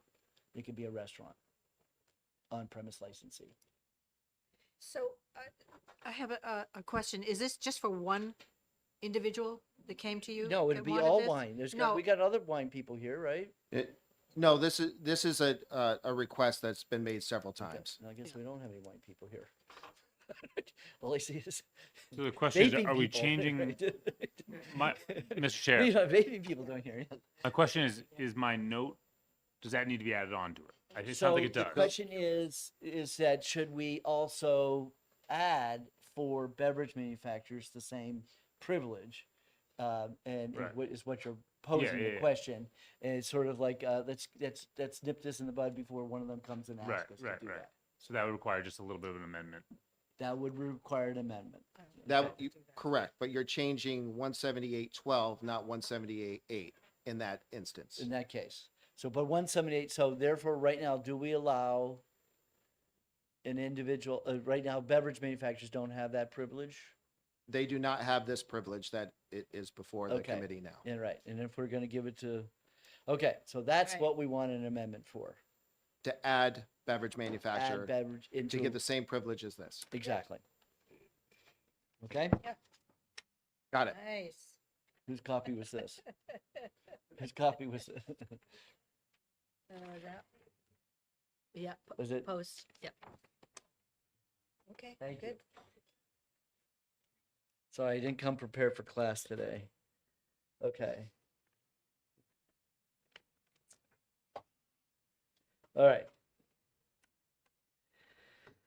Okay, next is, actually, now that I have a feeling for who's left in the room, why don't we just tackle these two? We got two issues. Yours is a little bit easier. With the back row is going to be, it's going to take some time. Okay, so which one is you got your bill you're here for? Which one? Okay, so we'll take up 15. No, not 1591. Oh, it's the last one. Okay. All right. Okay. So do we have an amendment for this one? Anybody speak now for error mark piece? We have an amendment on this one? Are we all set with this one? No, this is the one we got to take out paragraph, right? Yeah, we need an amendment on this one, right? So is this the one, Kristen, that I had the 1591? So don't we have, what happened to the amendment to 1591? I could have sworn this amendment has been done, right? I sent you guys a copy of that amendment, right?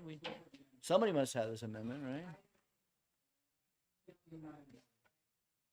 Did you get a copy of the amendment? I don't have one.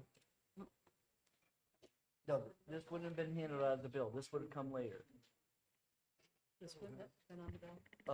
Was this the amendment for not penalizing the kids? This amendment, if I have it correctly, we're removing a paragraph in Which- the bill. Which paragraph? Okay, it's the last paragraph, right? Section 6 of the bill. And wasn't there one other word changed somewhere else in there too? That was just. I know, I had it done. Okay.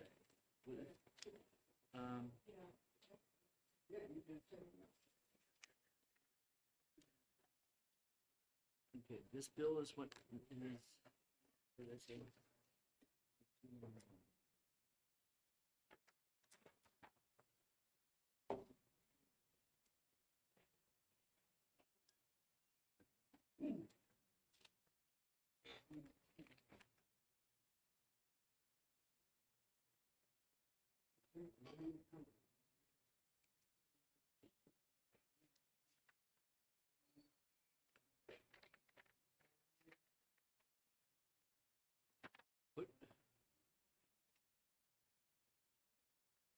Would I have Aiden do this amendment? Who would?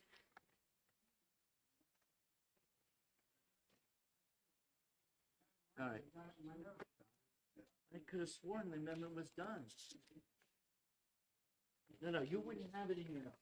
I had it, then it's coming. Yeah, that we moved that. The problem is we don't have the file, right? No, we don't have the file. I can go get it. Or Okay. she can go get it. Chris, could you just go check the file and see if it's stuck in there? Okay. Let's just take that.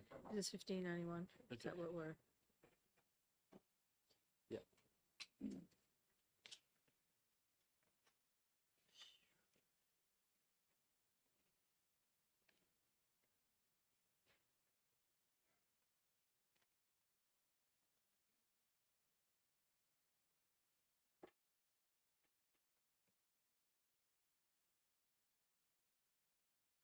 This is useless. It's just not seeing all my mail. It's a dumb idea. Oh, the liquor They should've commission, brought me usually if there's amendments for the liquor. The So liquor I bills that asked the we liquor, present. because these bills, all these bills, they asked me to put in. Right, that's So what I would they have said. them give me The the amendment. change, and then I would send it to OLS. Yeah. They would have it done, and then normally I then send it to them to make sure it's Yeah, right. But you haven't. I don't. Yeah. It's probably at all. Too many, it's too many bills. Too many bills. But I could have sworn I did, but. Okay, so. Yeah, nothing is. No. Okay, we'll just say, I'm gonna make my needs amendment. Okay. So before we end the discussion on this 1591, if you have the bill in the front, having removing that last paragraph, does anybody have a problem with 1591? Everybody else is gonna be okay with 1591? What was, Is that with or without the change? which bill?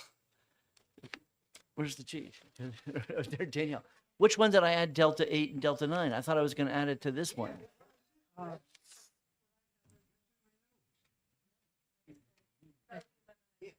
it. Right, Delta 8 and Delta 2. right. So it was supposed to be in this bill, right?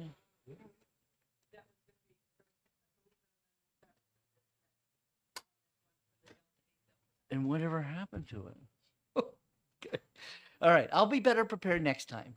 Okay, so just so we know, we're going to remove this paragraph, section 6, and add a new section 6, because that's the last one, I think, or maybe not.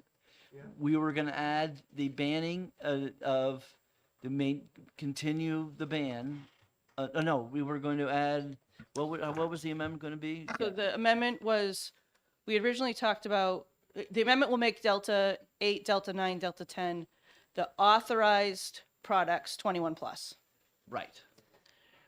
They will also require licensees to comply with the statute that puts the parameters on the range of Delta.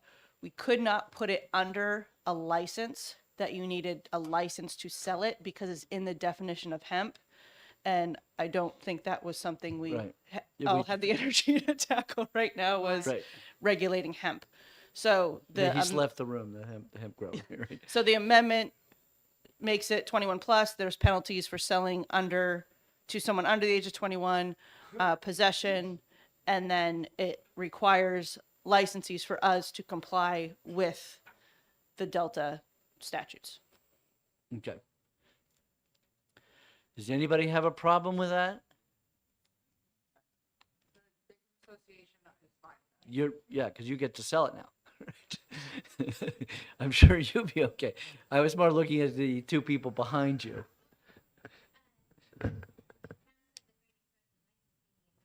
Right.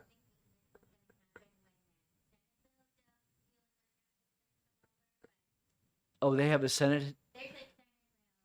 They have a bill. They already have a bill. To extend the sunset? Oh, they were going to extend the sunset. We can So wait. what would you rather do? Extend the sunset, or would you rather have us?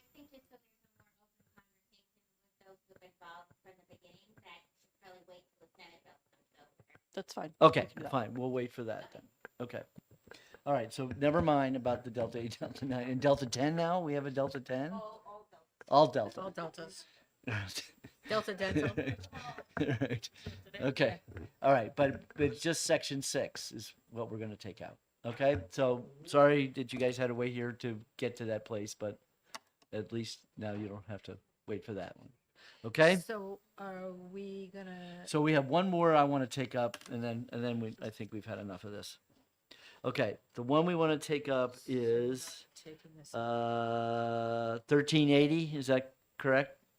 1380, right? 1380. Are we gonna take up, whoops. Jarrettsville, 1540. We could talk about his, but I want to do 1380 because I don't know how long this Okay. conversation is going to last. Okay, so what we'll do is, I guess I can paint the picture here. What we have here was a situation that, for better or for worse, the solution to a problem was that in our statutes, we have this 3-tier requirement. They don't call it 3-tier, but it's basically a separation of involvement of the one business versus the other business of the 3 different tiers.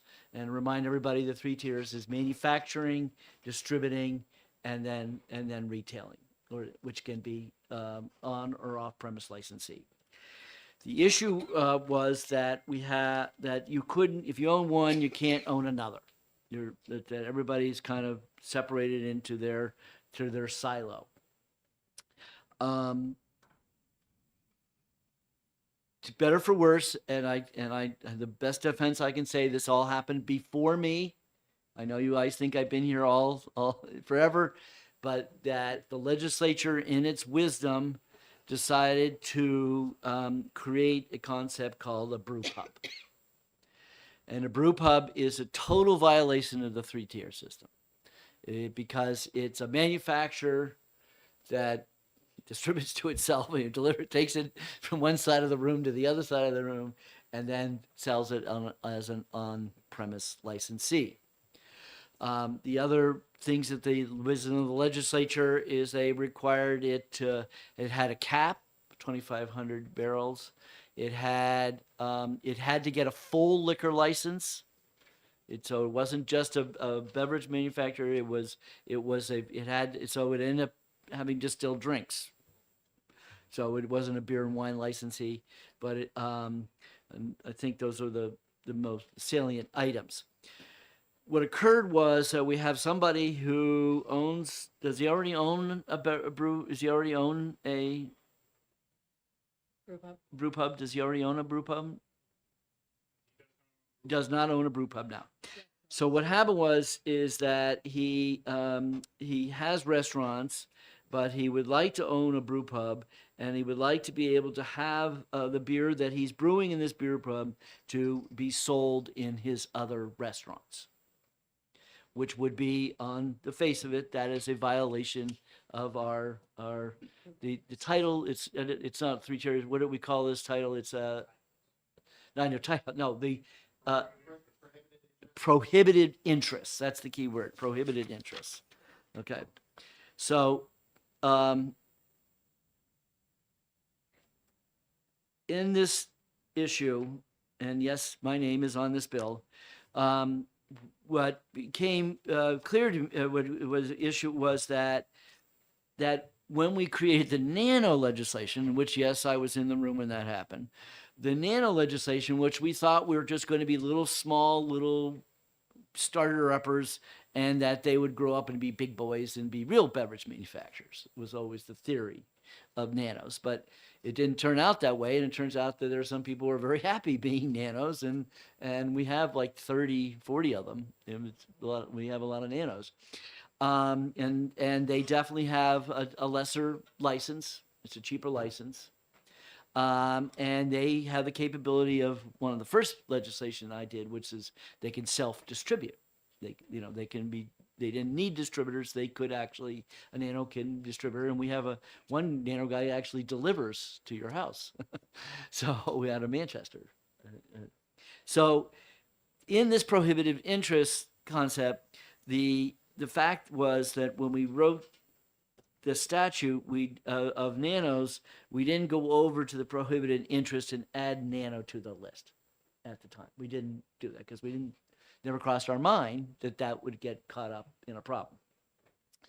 The upshot was when this gentleman who wants to have he already owns these restaurants, he wants to create a brew pub and have that beer distributed, was told that he couldn't do it because of the prohibited interest statute. And they said, oh, by the way, you could be a nano. And that way you can get around it. And so everybody said, oh, that's a great idea. Let's let him just be a nano. Well, as you might be aware, the Senate right now has another piece of legislation that they're sending over to us that gets rid of nanos, repeals it.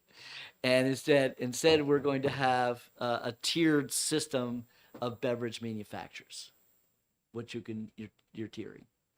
And so what you're going to hear, and I will invite the party who is in opposition, just because when I heard of this idea of the brew pub, it seemed simple enough to me to just simply, let the brew pub, except it says 5,000 barrels, and that really should be 2,500 if you're looking at the actual bill.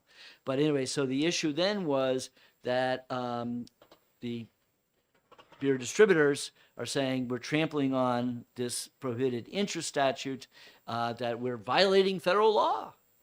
And who knows what nightmares we were creating by doing this, and that why wouldn't we just do something that, yes, I've been around long enough to know this trick, and that is you pass the law and then you wait 10 minutes. And when you pass the bill, you say it's effective at a certain time, and then you pass another law that's effective 10 minutes later. Okay, so you would say July 1st at midnight, and then you would say July 1st at 12:10.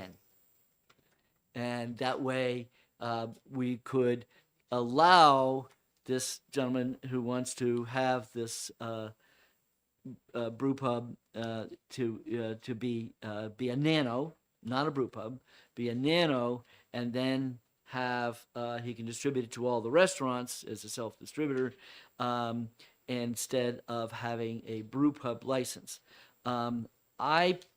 When I first heard about it, I wasn't really aware of too much of the detail of the nano. I guess I did know about the nano problem, but it always felt, for me personally, that when we do legislation, we normally know that everything we do here is mother may I, that everything's illegal until we say it's legal.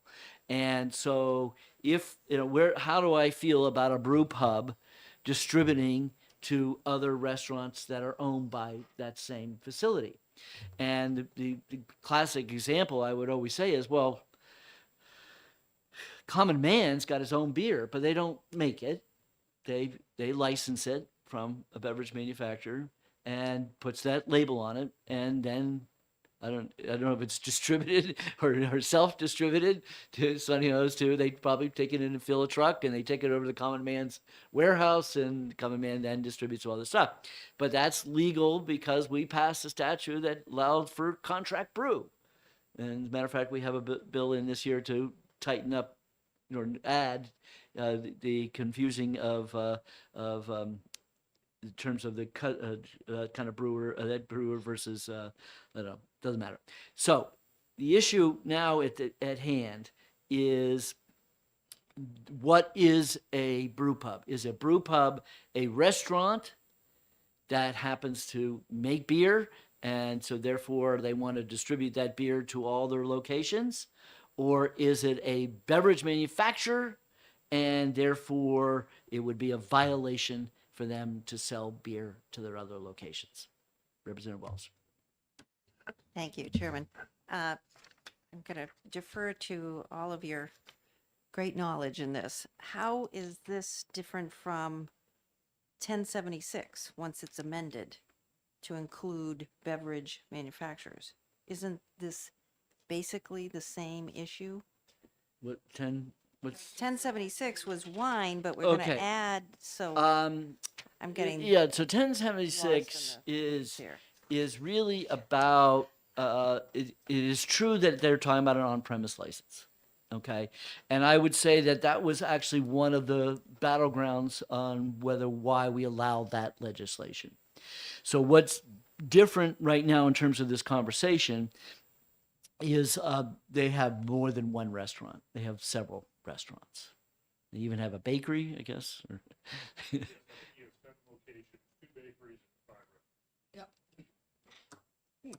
so whereas that bill was only one location, and believe you me, that was a battle royale just to get to that one location. So and along the similar items here. So if I look at the three people, did I articulate the discussion correctly? Okay. So what we have here, just some of you might know Mike Summers well, because he's been here for many times, and he represents the restaurants and association, and this is obviously one of his clients who would like to pass this bill to allow the brew pub formula. And in the back of the room, and we have one person you have not maybe seen before, is a real live beer distributor who's come to us, and of course Scott Shire, who you have seen in past. So I will start with them and have them come up and make the argument to why, because you guys never actually spoke against this bill in the hearing, right? You didn't. Okay, right.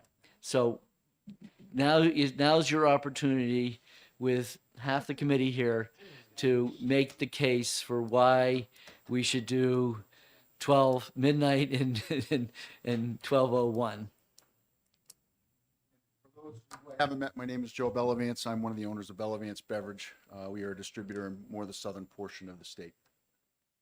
And for the record, I'm Scott Shire, I'm the Executive Director of the Beer Distributors Association. Thank you for your time and this important matter. I'm going to try to keep this as short and sweet as possible because I know that it's been a long day for everybody, especially those who thought we started at 10. Oh, well. So here's the essence of it. We and the State Liquor Commission, and they can correct me if I'm wrong, classify a brew pub as a manufacturer. So the manufacturer exists in the middle, one of the tiers, right? This is the first tier, actually. Manufacturer, sometimes referred to as a supplier or a brewer or a winemaker or a distiller. So they exist within that category. The middle tier is distributors or wholesalers, and the other tier is the retailers, which can be a restaurant, they could also be a hotel, and they could also be a grocery store. So that separation exists to this day, and Representative Hunt's illustration of the brew pub and the trampling of the three-tier system is not entirely inaccurate, but I will say that that brew pub does hold a manufacturer's license. They have retail privileges and distribution privileges that go with that manufacturer's license. So that's the real difference.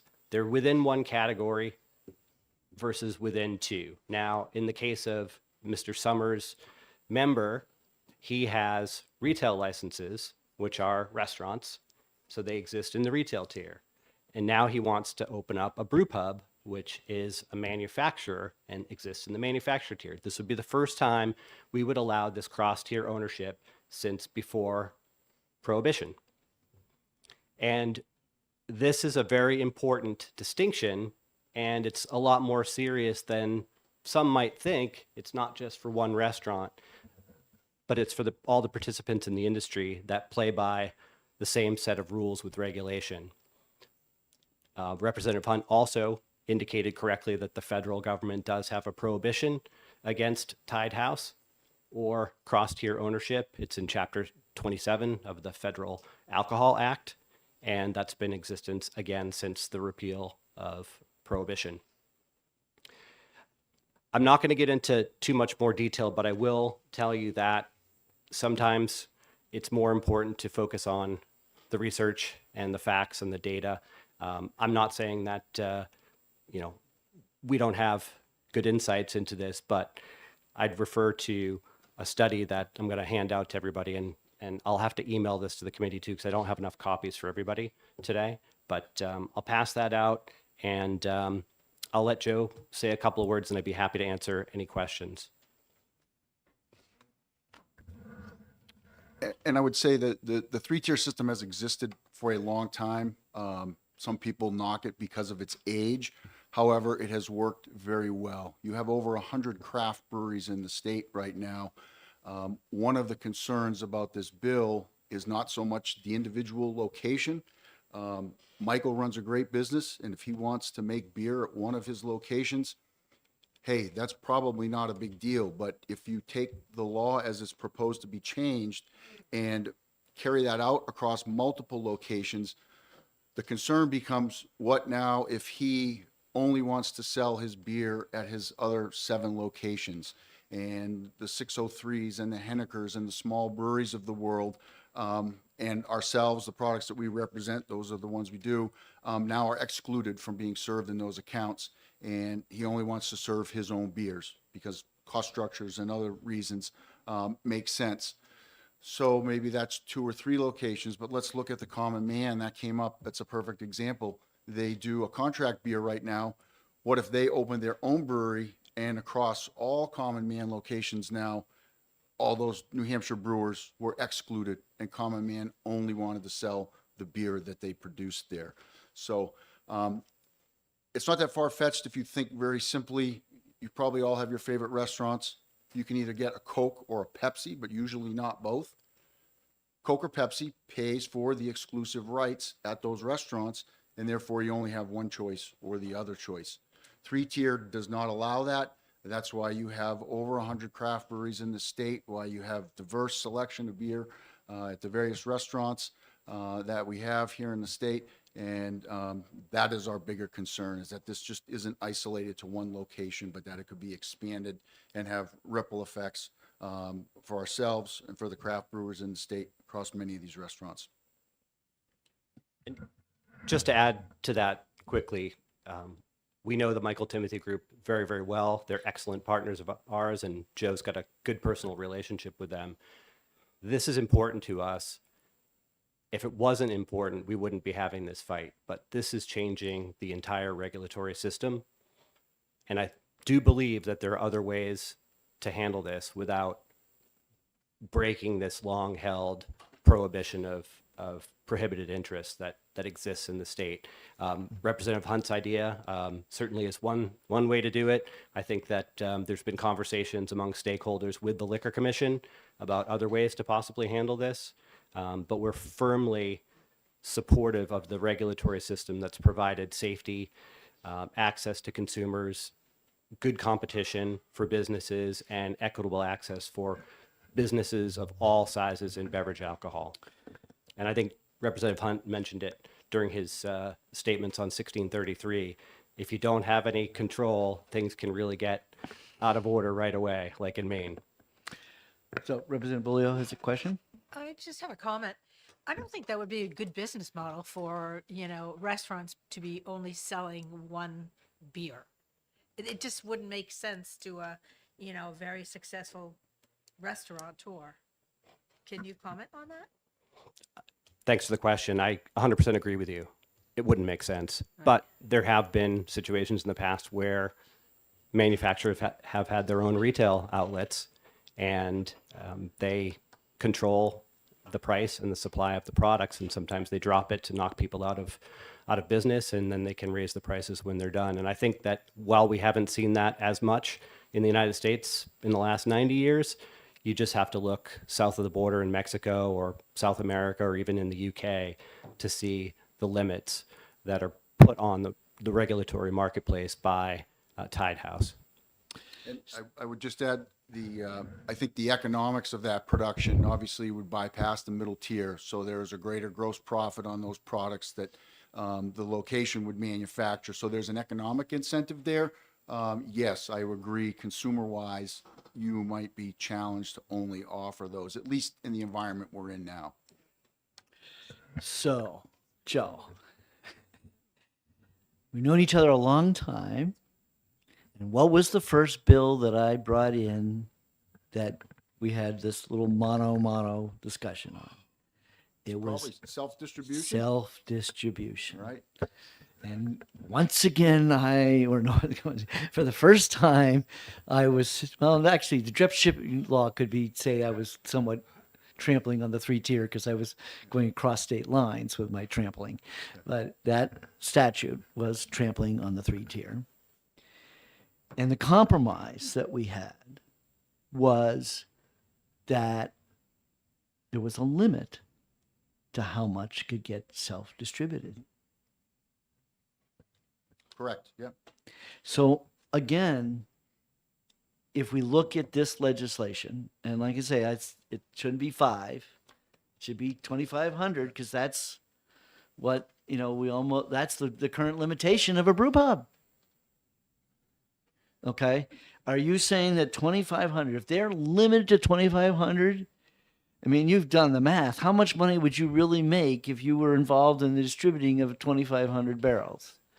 And so all I'm saying is, this is treated as, okay, if they're going to treat them as a beverage manufacturer and they are self-distributing, okay, and the self-distributing law, what did we set it? It's 1,000 barrels? I'm trying to remember what it, For brew pubs, it's 2,500. I know, but what was the bill when you and I compromised that 30 years ago? What was, Beverage manufacturers, yeah, 10,000. 10,000? No, it was 15,000 total and I think 5,000 in state. Oh, Yeah. 5,000. Okay. Yeah. 5,000. So using your comparison that a brew pub is a beverage manufacturer, I didn't why say that. I said shouldn't they're they? a manufacturer They're- in the manufacturer tier? Okay, so why shouldn't we be giving them the right to self-distribute? It's not about that. It's only because he owns those other facilities. Correct. Okay, that's the only difference here, right? And we're worried about that he's going to turn into Anheuser-Busch and be a tied house, and that's who we're talking about. The tied house legislation concept was worried about Anheuser-Busch and Miller and Coors maybe. No, we're not worried about that happening here in the state. What we're worried about is the precedent that might be set that might encourage others like Amazon, who owns Whole Foods already, or somebody else getting into the business and ultimately cutting out small neighborhood family-run businesses in the state. But they can only deliver 500 barrels. I'm pretty sure Amazon would think that ain't worth the effort of buying a brew pub and doing that self-distributing for 2,500 barrels. That's what I'm saying is same compromise, Joe. Same compromise we had before with let's put a cap. And my memory was that you guys said to me was that you don't make any money unless you were distributing more than that 10,000 or whatever, that 5,000, that number that we had agreed upon. Yeah, I don't think there was a numeric value we placed on it, but we did recognize that there were certain small brewers, proof of concept, that needed to have an incubator and be able to get the public their That was- beer to that's determine correct. whether there's some That was commercial correct. viability. Isn't yes. 2,500 small? Isn't that kind of a small? I would say that 80% of the brewers in the state are below 2,500. So it sounds like it's a small number, but it's actually pretty significant. 38,000 cases of beer, 12 ounce, 24 pack. And again, not And who's if I counting? may, not to get off track, but just we're talking about prohibited interest clause here, not how much somebody can distribute. Right. You can get multiple brew pub licenses if you want to have a restaurant and a manufacturer, and that in fact is being done by people in the state right now. Multiple brew pub licenses. That's a way to skin this cat without changing the system and without crossing but then the he would tiers. have to manufacture in each one of those restaurants. Define manufacture I- in statute. I don't want someone to have a keg in the corner and It's they'll it's distill. about we didn't like them doing that in the mall because we didn't want them to have the, because you got to do some heating up, and we didn't think that was a good idea to have them bring in that high voltage wire and who knows, with liquids. And so I urge you to think of some kind of compromise that we can do here. We have been working very hard. I'm kind of behind urging the you, scenes to but find a solution. now I'm speaking for myself, and I can't say what my other committee members is, but to play the nano game, and for 10 minutes, and then change it and say, okay, now they're grandfathered. That is really tacky. And just the idea that we know full well and we're getting rid of Nano. So why would we want them to be a Nano when we know we're going to get rid of that statute? So yes, Scott. If I may, there's only one licensee in the state that we know of right now that falls into this category, and they're in the process of applying for their nano brewing license. They don't have it yet. They're in the process. And after, let's just say that, a generation goes by, 20 years or so, and they decide they're no longer in the business. Once they're out. They're out. I mean, you can't get it back. Then that loophole that was created back when the nano was passed is closed.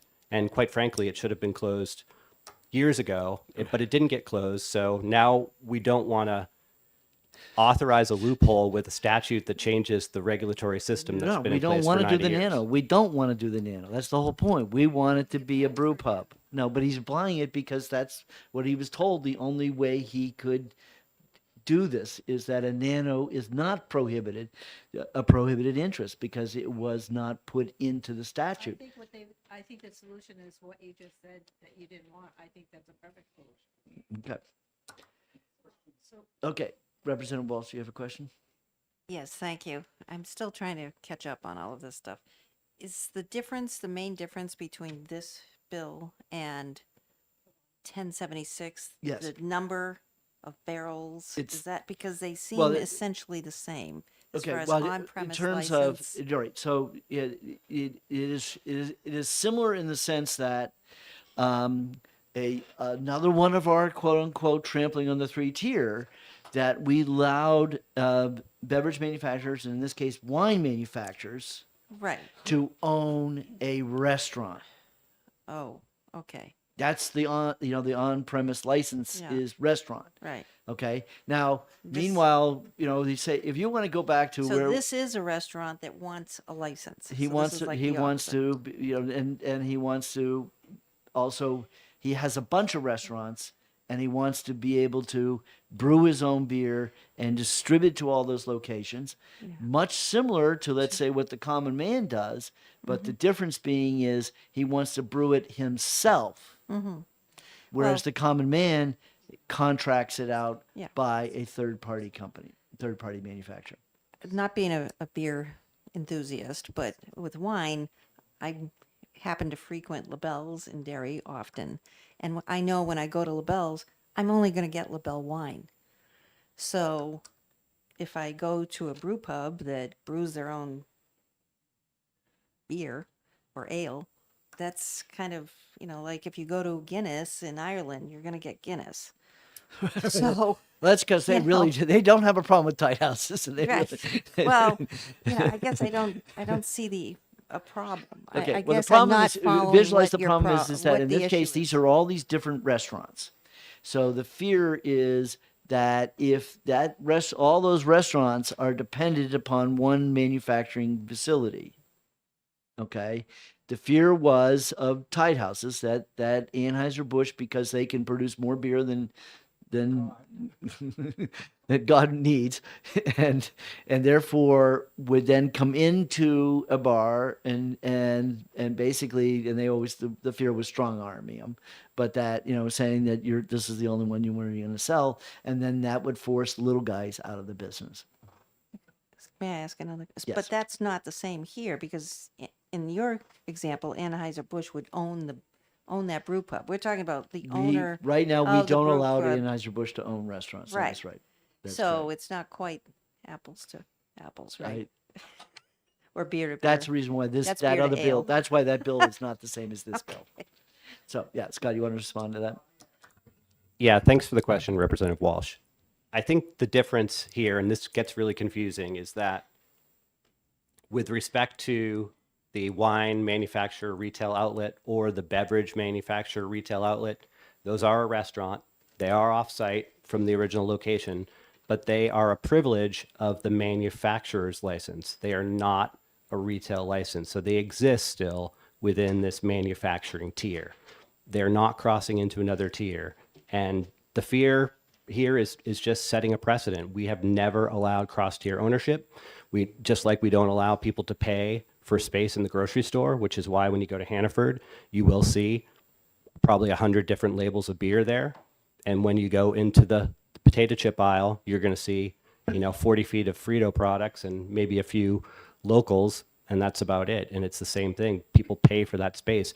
You're not allowed to do it. It's the same principle as having somebody own the retail store and the production facility that makes the product that they're selling. I'm pretty sure that if it's a bakery, everything they baked inside there is their stuff. Just the alcohol. Okay, so obviously we're not going to solve this today. We do have a deadline come next month, and so we'll hope we can figure out some solution here. But I did want to make sure all the committee members are informed of the discussion. But I do want to allow Mike. Sure. I was just going to say that if there are questions that we can't answer, I'm sure that the folks behind us from the Liquor Commission can, because they're the experts on regulatory matters. Okay. Thank you very much. Thank you all for the opportunity. Thank you. Nice to see you, Joe. Okay. You get the last word here, Mike.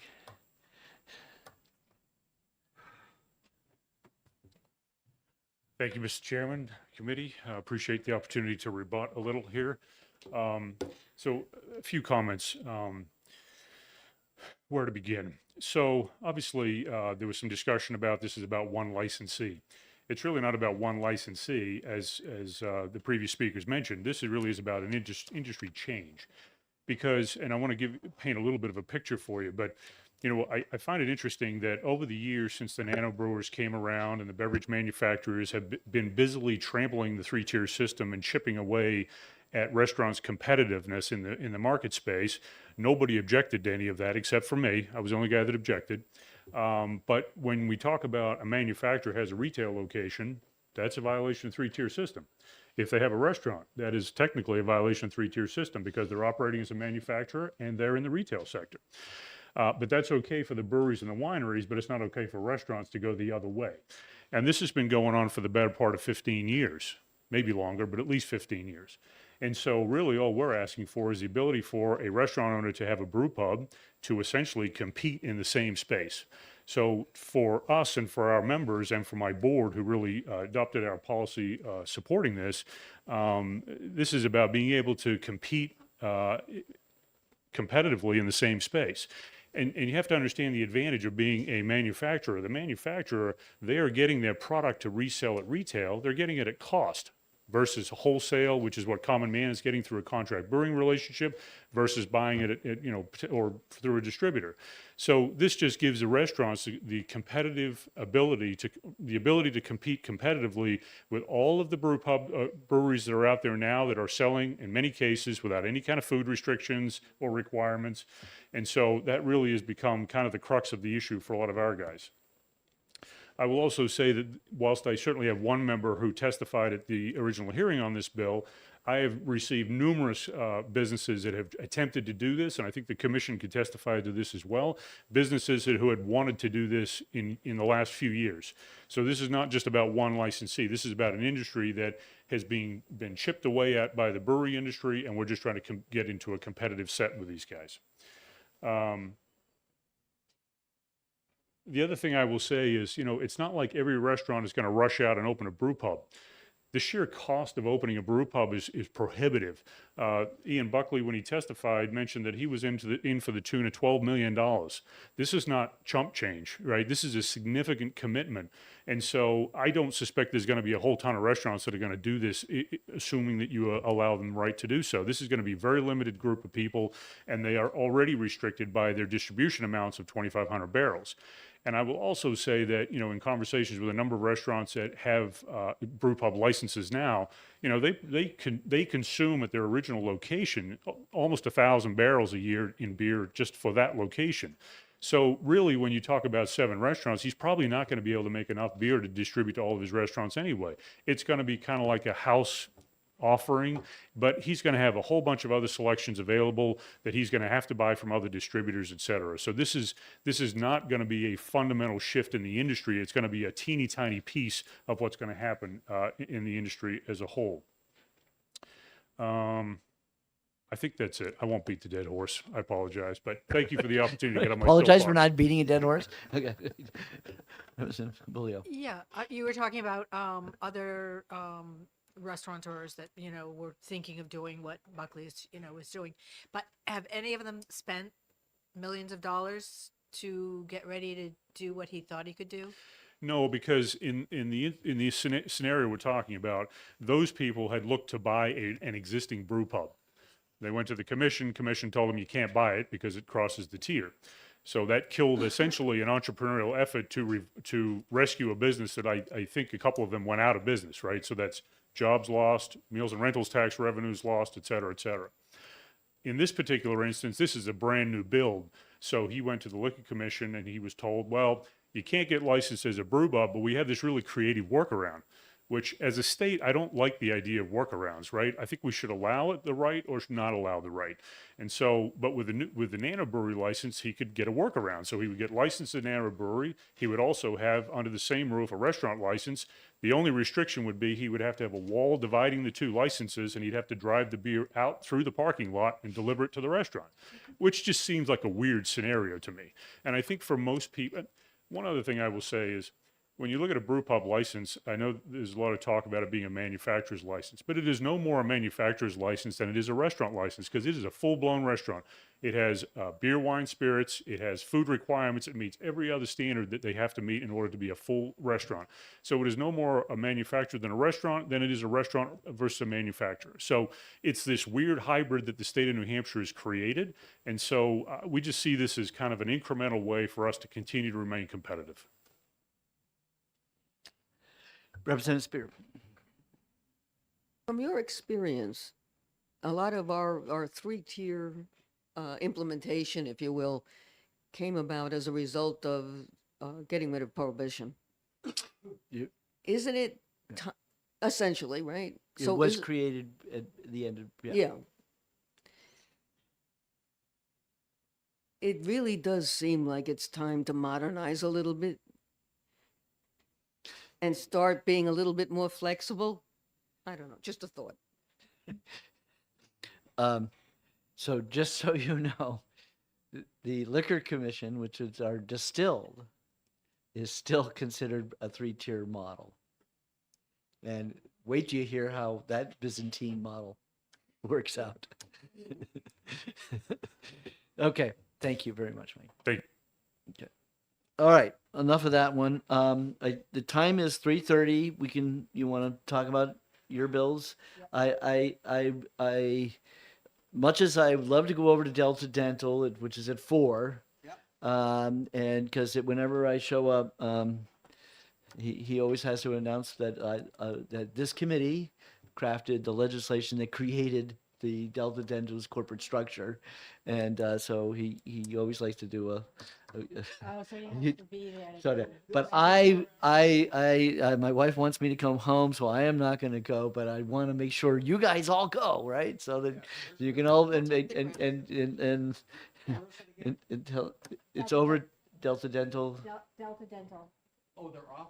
They're Their party. It's an event for. Well, I know, where? I can't remember what it is. Oh yeah, it's like you're going. You go to Constitution Avenue, like you're about to get on the 493 or 39, whatever that is, going over, but you get down and get off and Google it. Okay, so that gives you 20 minutes to discuss it, or do you want to wait? Yeah, or you want to wait? Which one do we start? Because there's a bunch of them on here. What did we cover when I was gone? Because I had to go speak to a bill. Say it again. What did I miss? Because I had to speak to a bill. We were just Nothing that you wanted to speak on. we didn't take up your bills. No. No, yeah. What bills did we take out? I'm just trying to keep track. I showed you. So it was just 15. We talked about 591 and 1591 and then 1591, 1018. and then 1018. 1018. And 1380. And 1380 was the one we were just discussing. Oh, so we didn't really get too much through. So I think we really don't have much time. I mean, unless you really want to tackle one of them.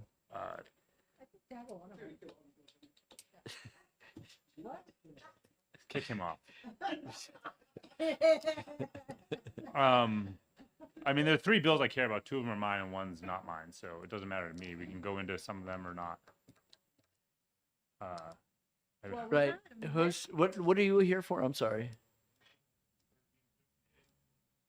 1358. The contract bill. So I had that amendment done, right? That's the amendment I do have? Okay, let's do this one. Let's just get this one done. All right, thank you. Yeah. The nice And, one. and he's here, so let's do it. So he doesn't have to come back again. Even though I'm sure you just thought how much of it's fun enjoying this conversation. Yeah, that's fine. Yeah, okay.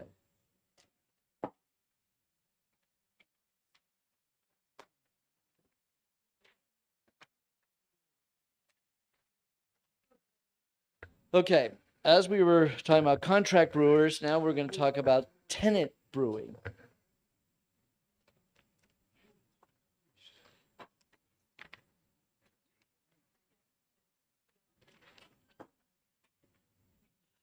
Have you seen this draft? And you're good with this? You're good with this? Okay. 13. And an amendment's coming around. So why don't you just tell everybody what's going on with this and yeah. Oh, never mind. And I just realized technically we can't vote on it because I don't have the LOLS version of it. But theoretically, we don't need it for the subcommittee. We can approve this and then take it up with the full committee. So. Thank you, Chairman, committee members. House Bill 1358 does several things, but as the chairman briefly explained, one of the concepts on this was to address the contract manufacturing that is allowed in the beverage manufacturing tiers. So the beverage manufacturing license, the brew pub license, and the nano brewery license. The first concept of this was to expand that to the wine manufacturers and the liquor manufacturers, contract brewing and tenant brewing. Because we've had several industry members in the past who wanted to start up a business, or they have a recipe that they don't have the equipment for, right? So under the tenant manufacturing concept, they would, with a tenant manufacturing license, go on to another existing wine manufacturer or liquor manufacturer, and they would use their equipment to produce their product. Okay. Under the contract manufacturing, an existing licensed manufacturer would enter into a contract to produce a product, an alcoholic beverage, with another licensee, another existing manufacturer, right? Is the difference between contract and tenant, right? So this already exists for beer, beverages, but it didn't exist for wine or liquor. This is expanding it out to include wine and liquor in it. What it's also doing, and a representative from Noble is here, a beverage manufacturer here in New Hampshire, and of course he could testify to our discussions on this. But for a business model that wants to bring a product in from out of state, right? That is allowed under a tenant manufacturing license to bring a product from another state into our state in order to package it. The problem is that you're limited on what products you can do that for under the tenant brewing license. You only can do it for beer and specialty beer as the statute is written. This expands it out to be available for products that you currently are licensed to produce, which in this case, for Noble's purposes, would include cider. Okay, so this bill expands the contract brewing, the tenant brewing, to tenant manufacturing and contract manufacturing, and allows the products to come in to be finished from out of state. Perfect. Any questions? It's rather technical. Yes. Representative Spear. This is the first time that we're seeing the draft. Correct. But, And no, s- we've had this bill. We had the bill. We have the bill. We had the bill. And the Brewers Association came in with a bunch of recommended changes.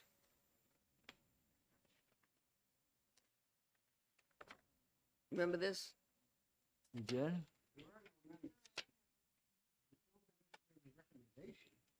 And they're not here? There's nobody here? They provided, the Beverage Brewers man- Association did provide testimony, a written testimony. Okay. No, it looks like this. That's it. That's it. Okay. Yeah, it looks vaguely. like- Well, do you see that language in this bill? Well, that's what this is the first I'm looking at it, so I'm wondering if anything, if we Okay. took any of their advice.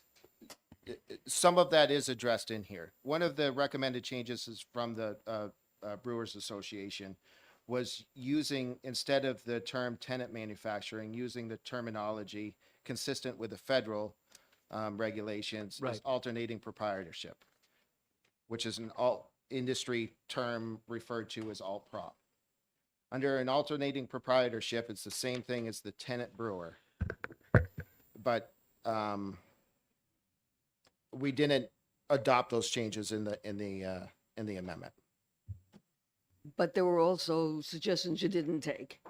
We did take some of the suggestions, yes. Okay, well, I guess what I'm really concerned about is you did give it a thorough, good Yep, look. absolutely. We've been working with all industry members on this bill.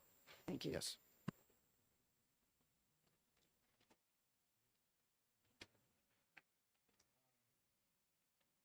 That term you used is alternating proprietorship? Yes, it's a federal TTB regulation. They refer to it as an alternating proprietorship. Thank you. You're welcome.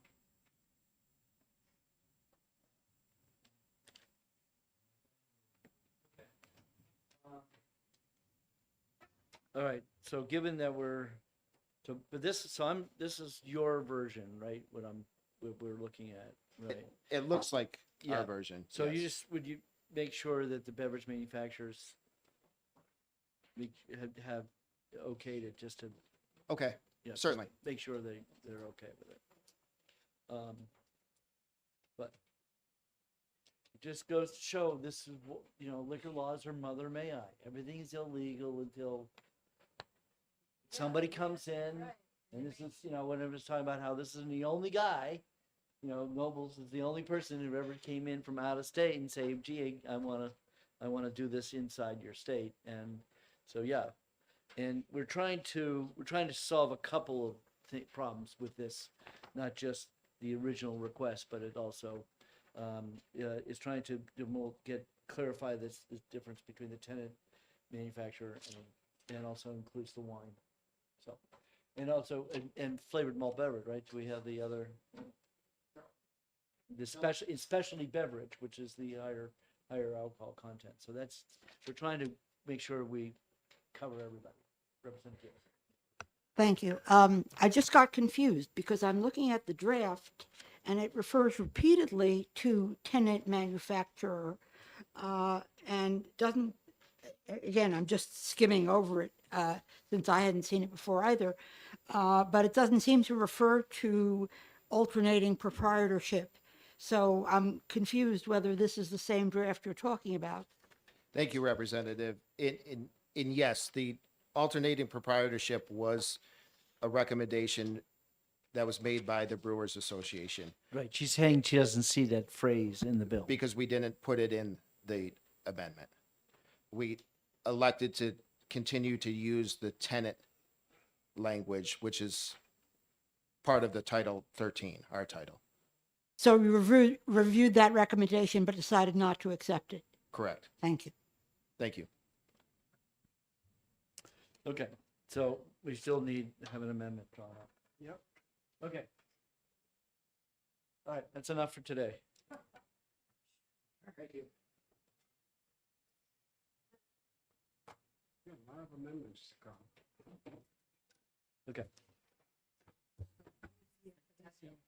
You get it, Steve. He was here for the. Yes, so that way, he's in the room.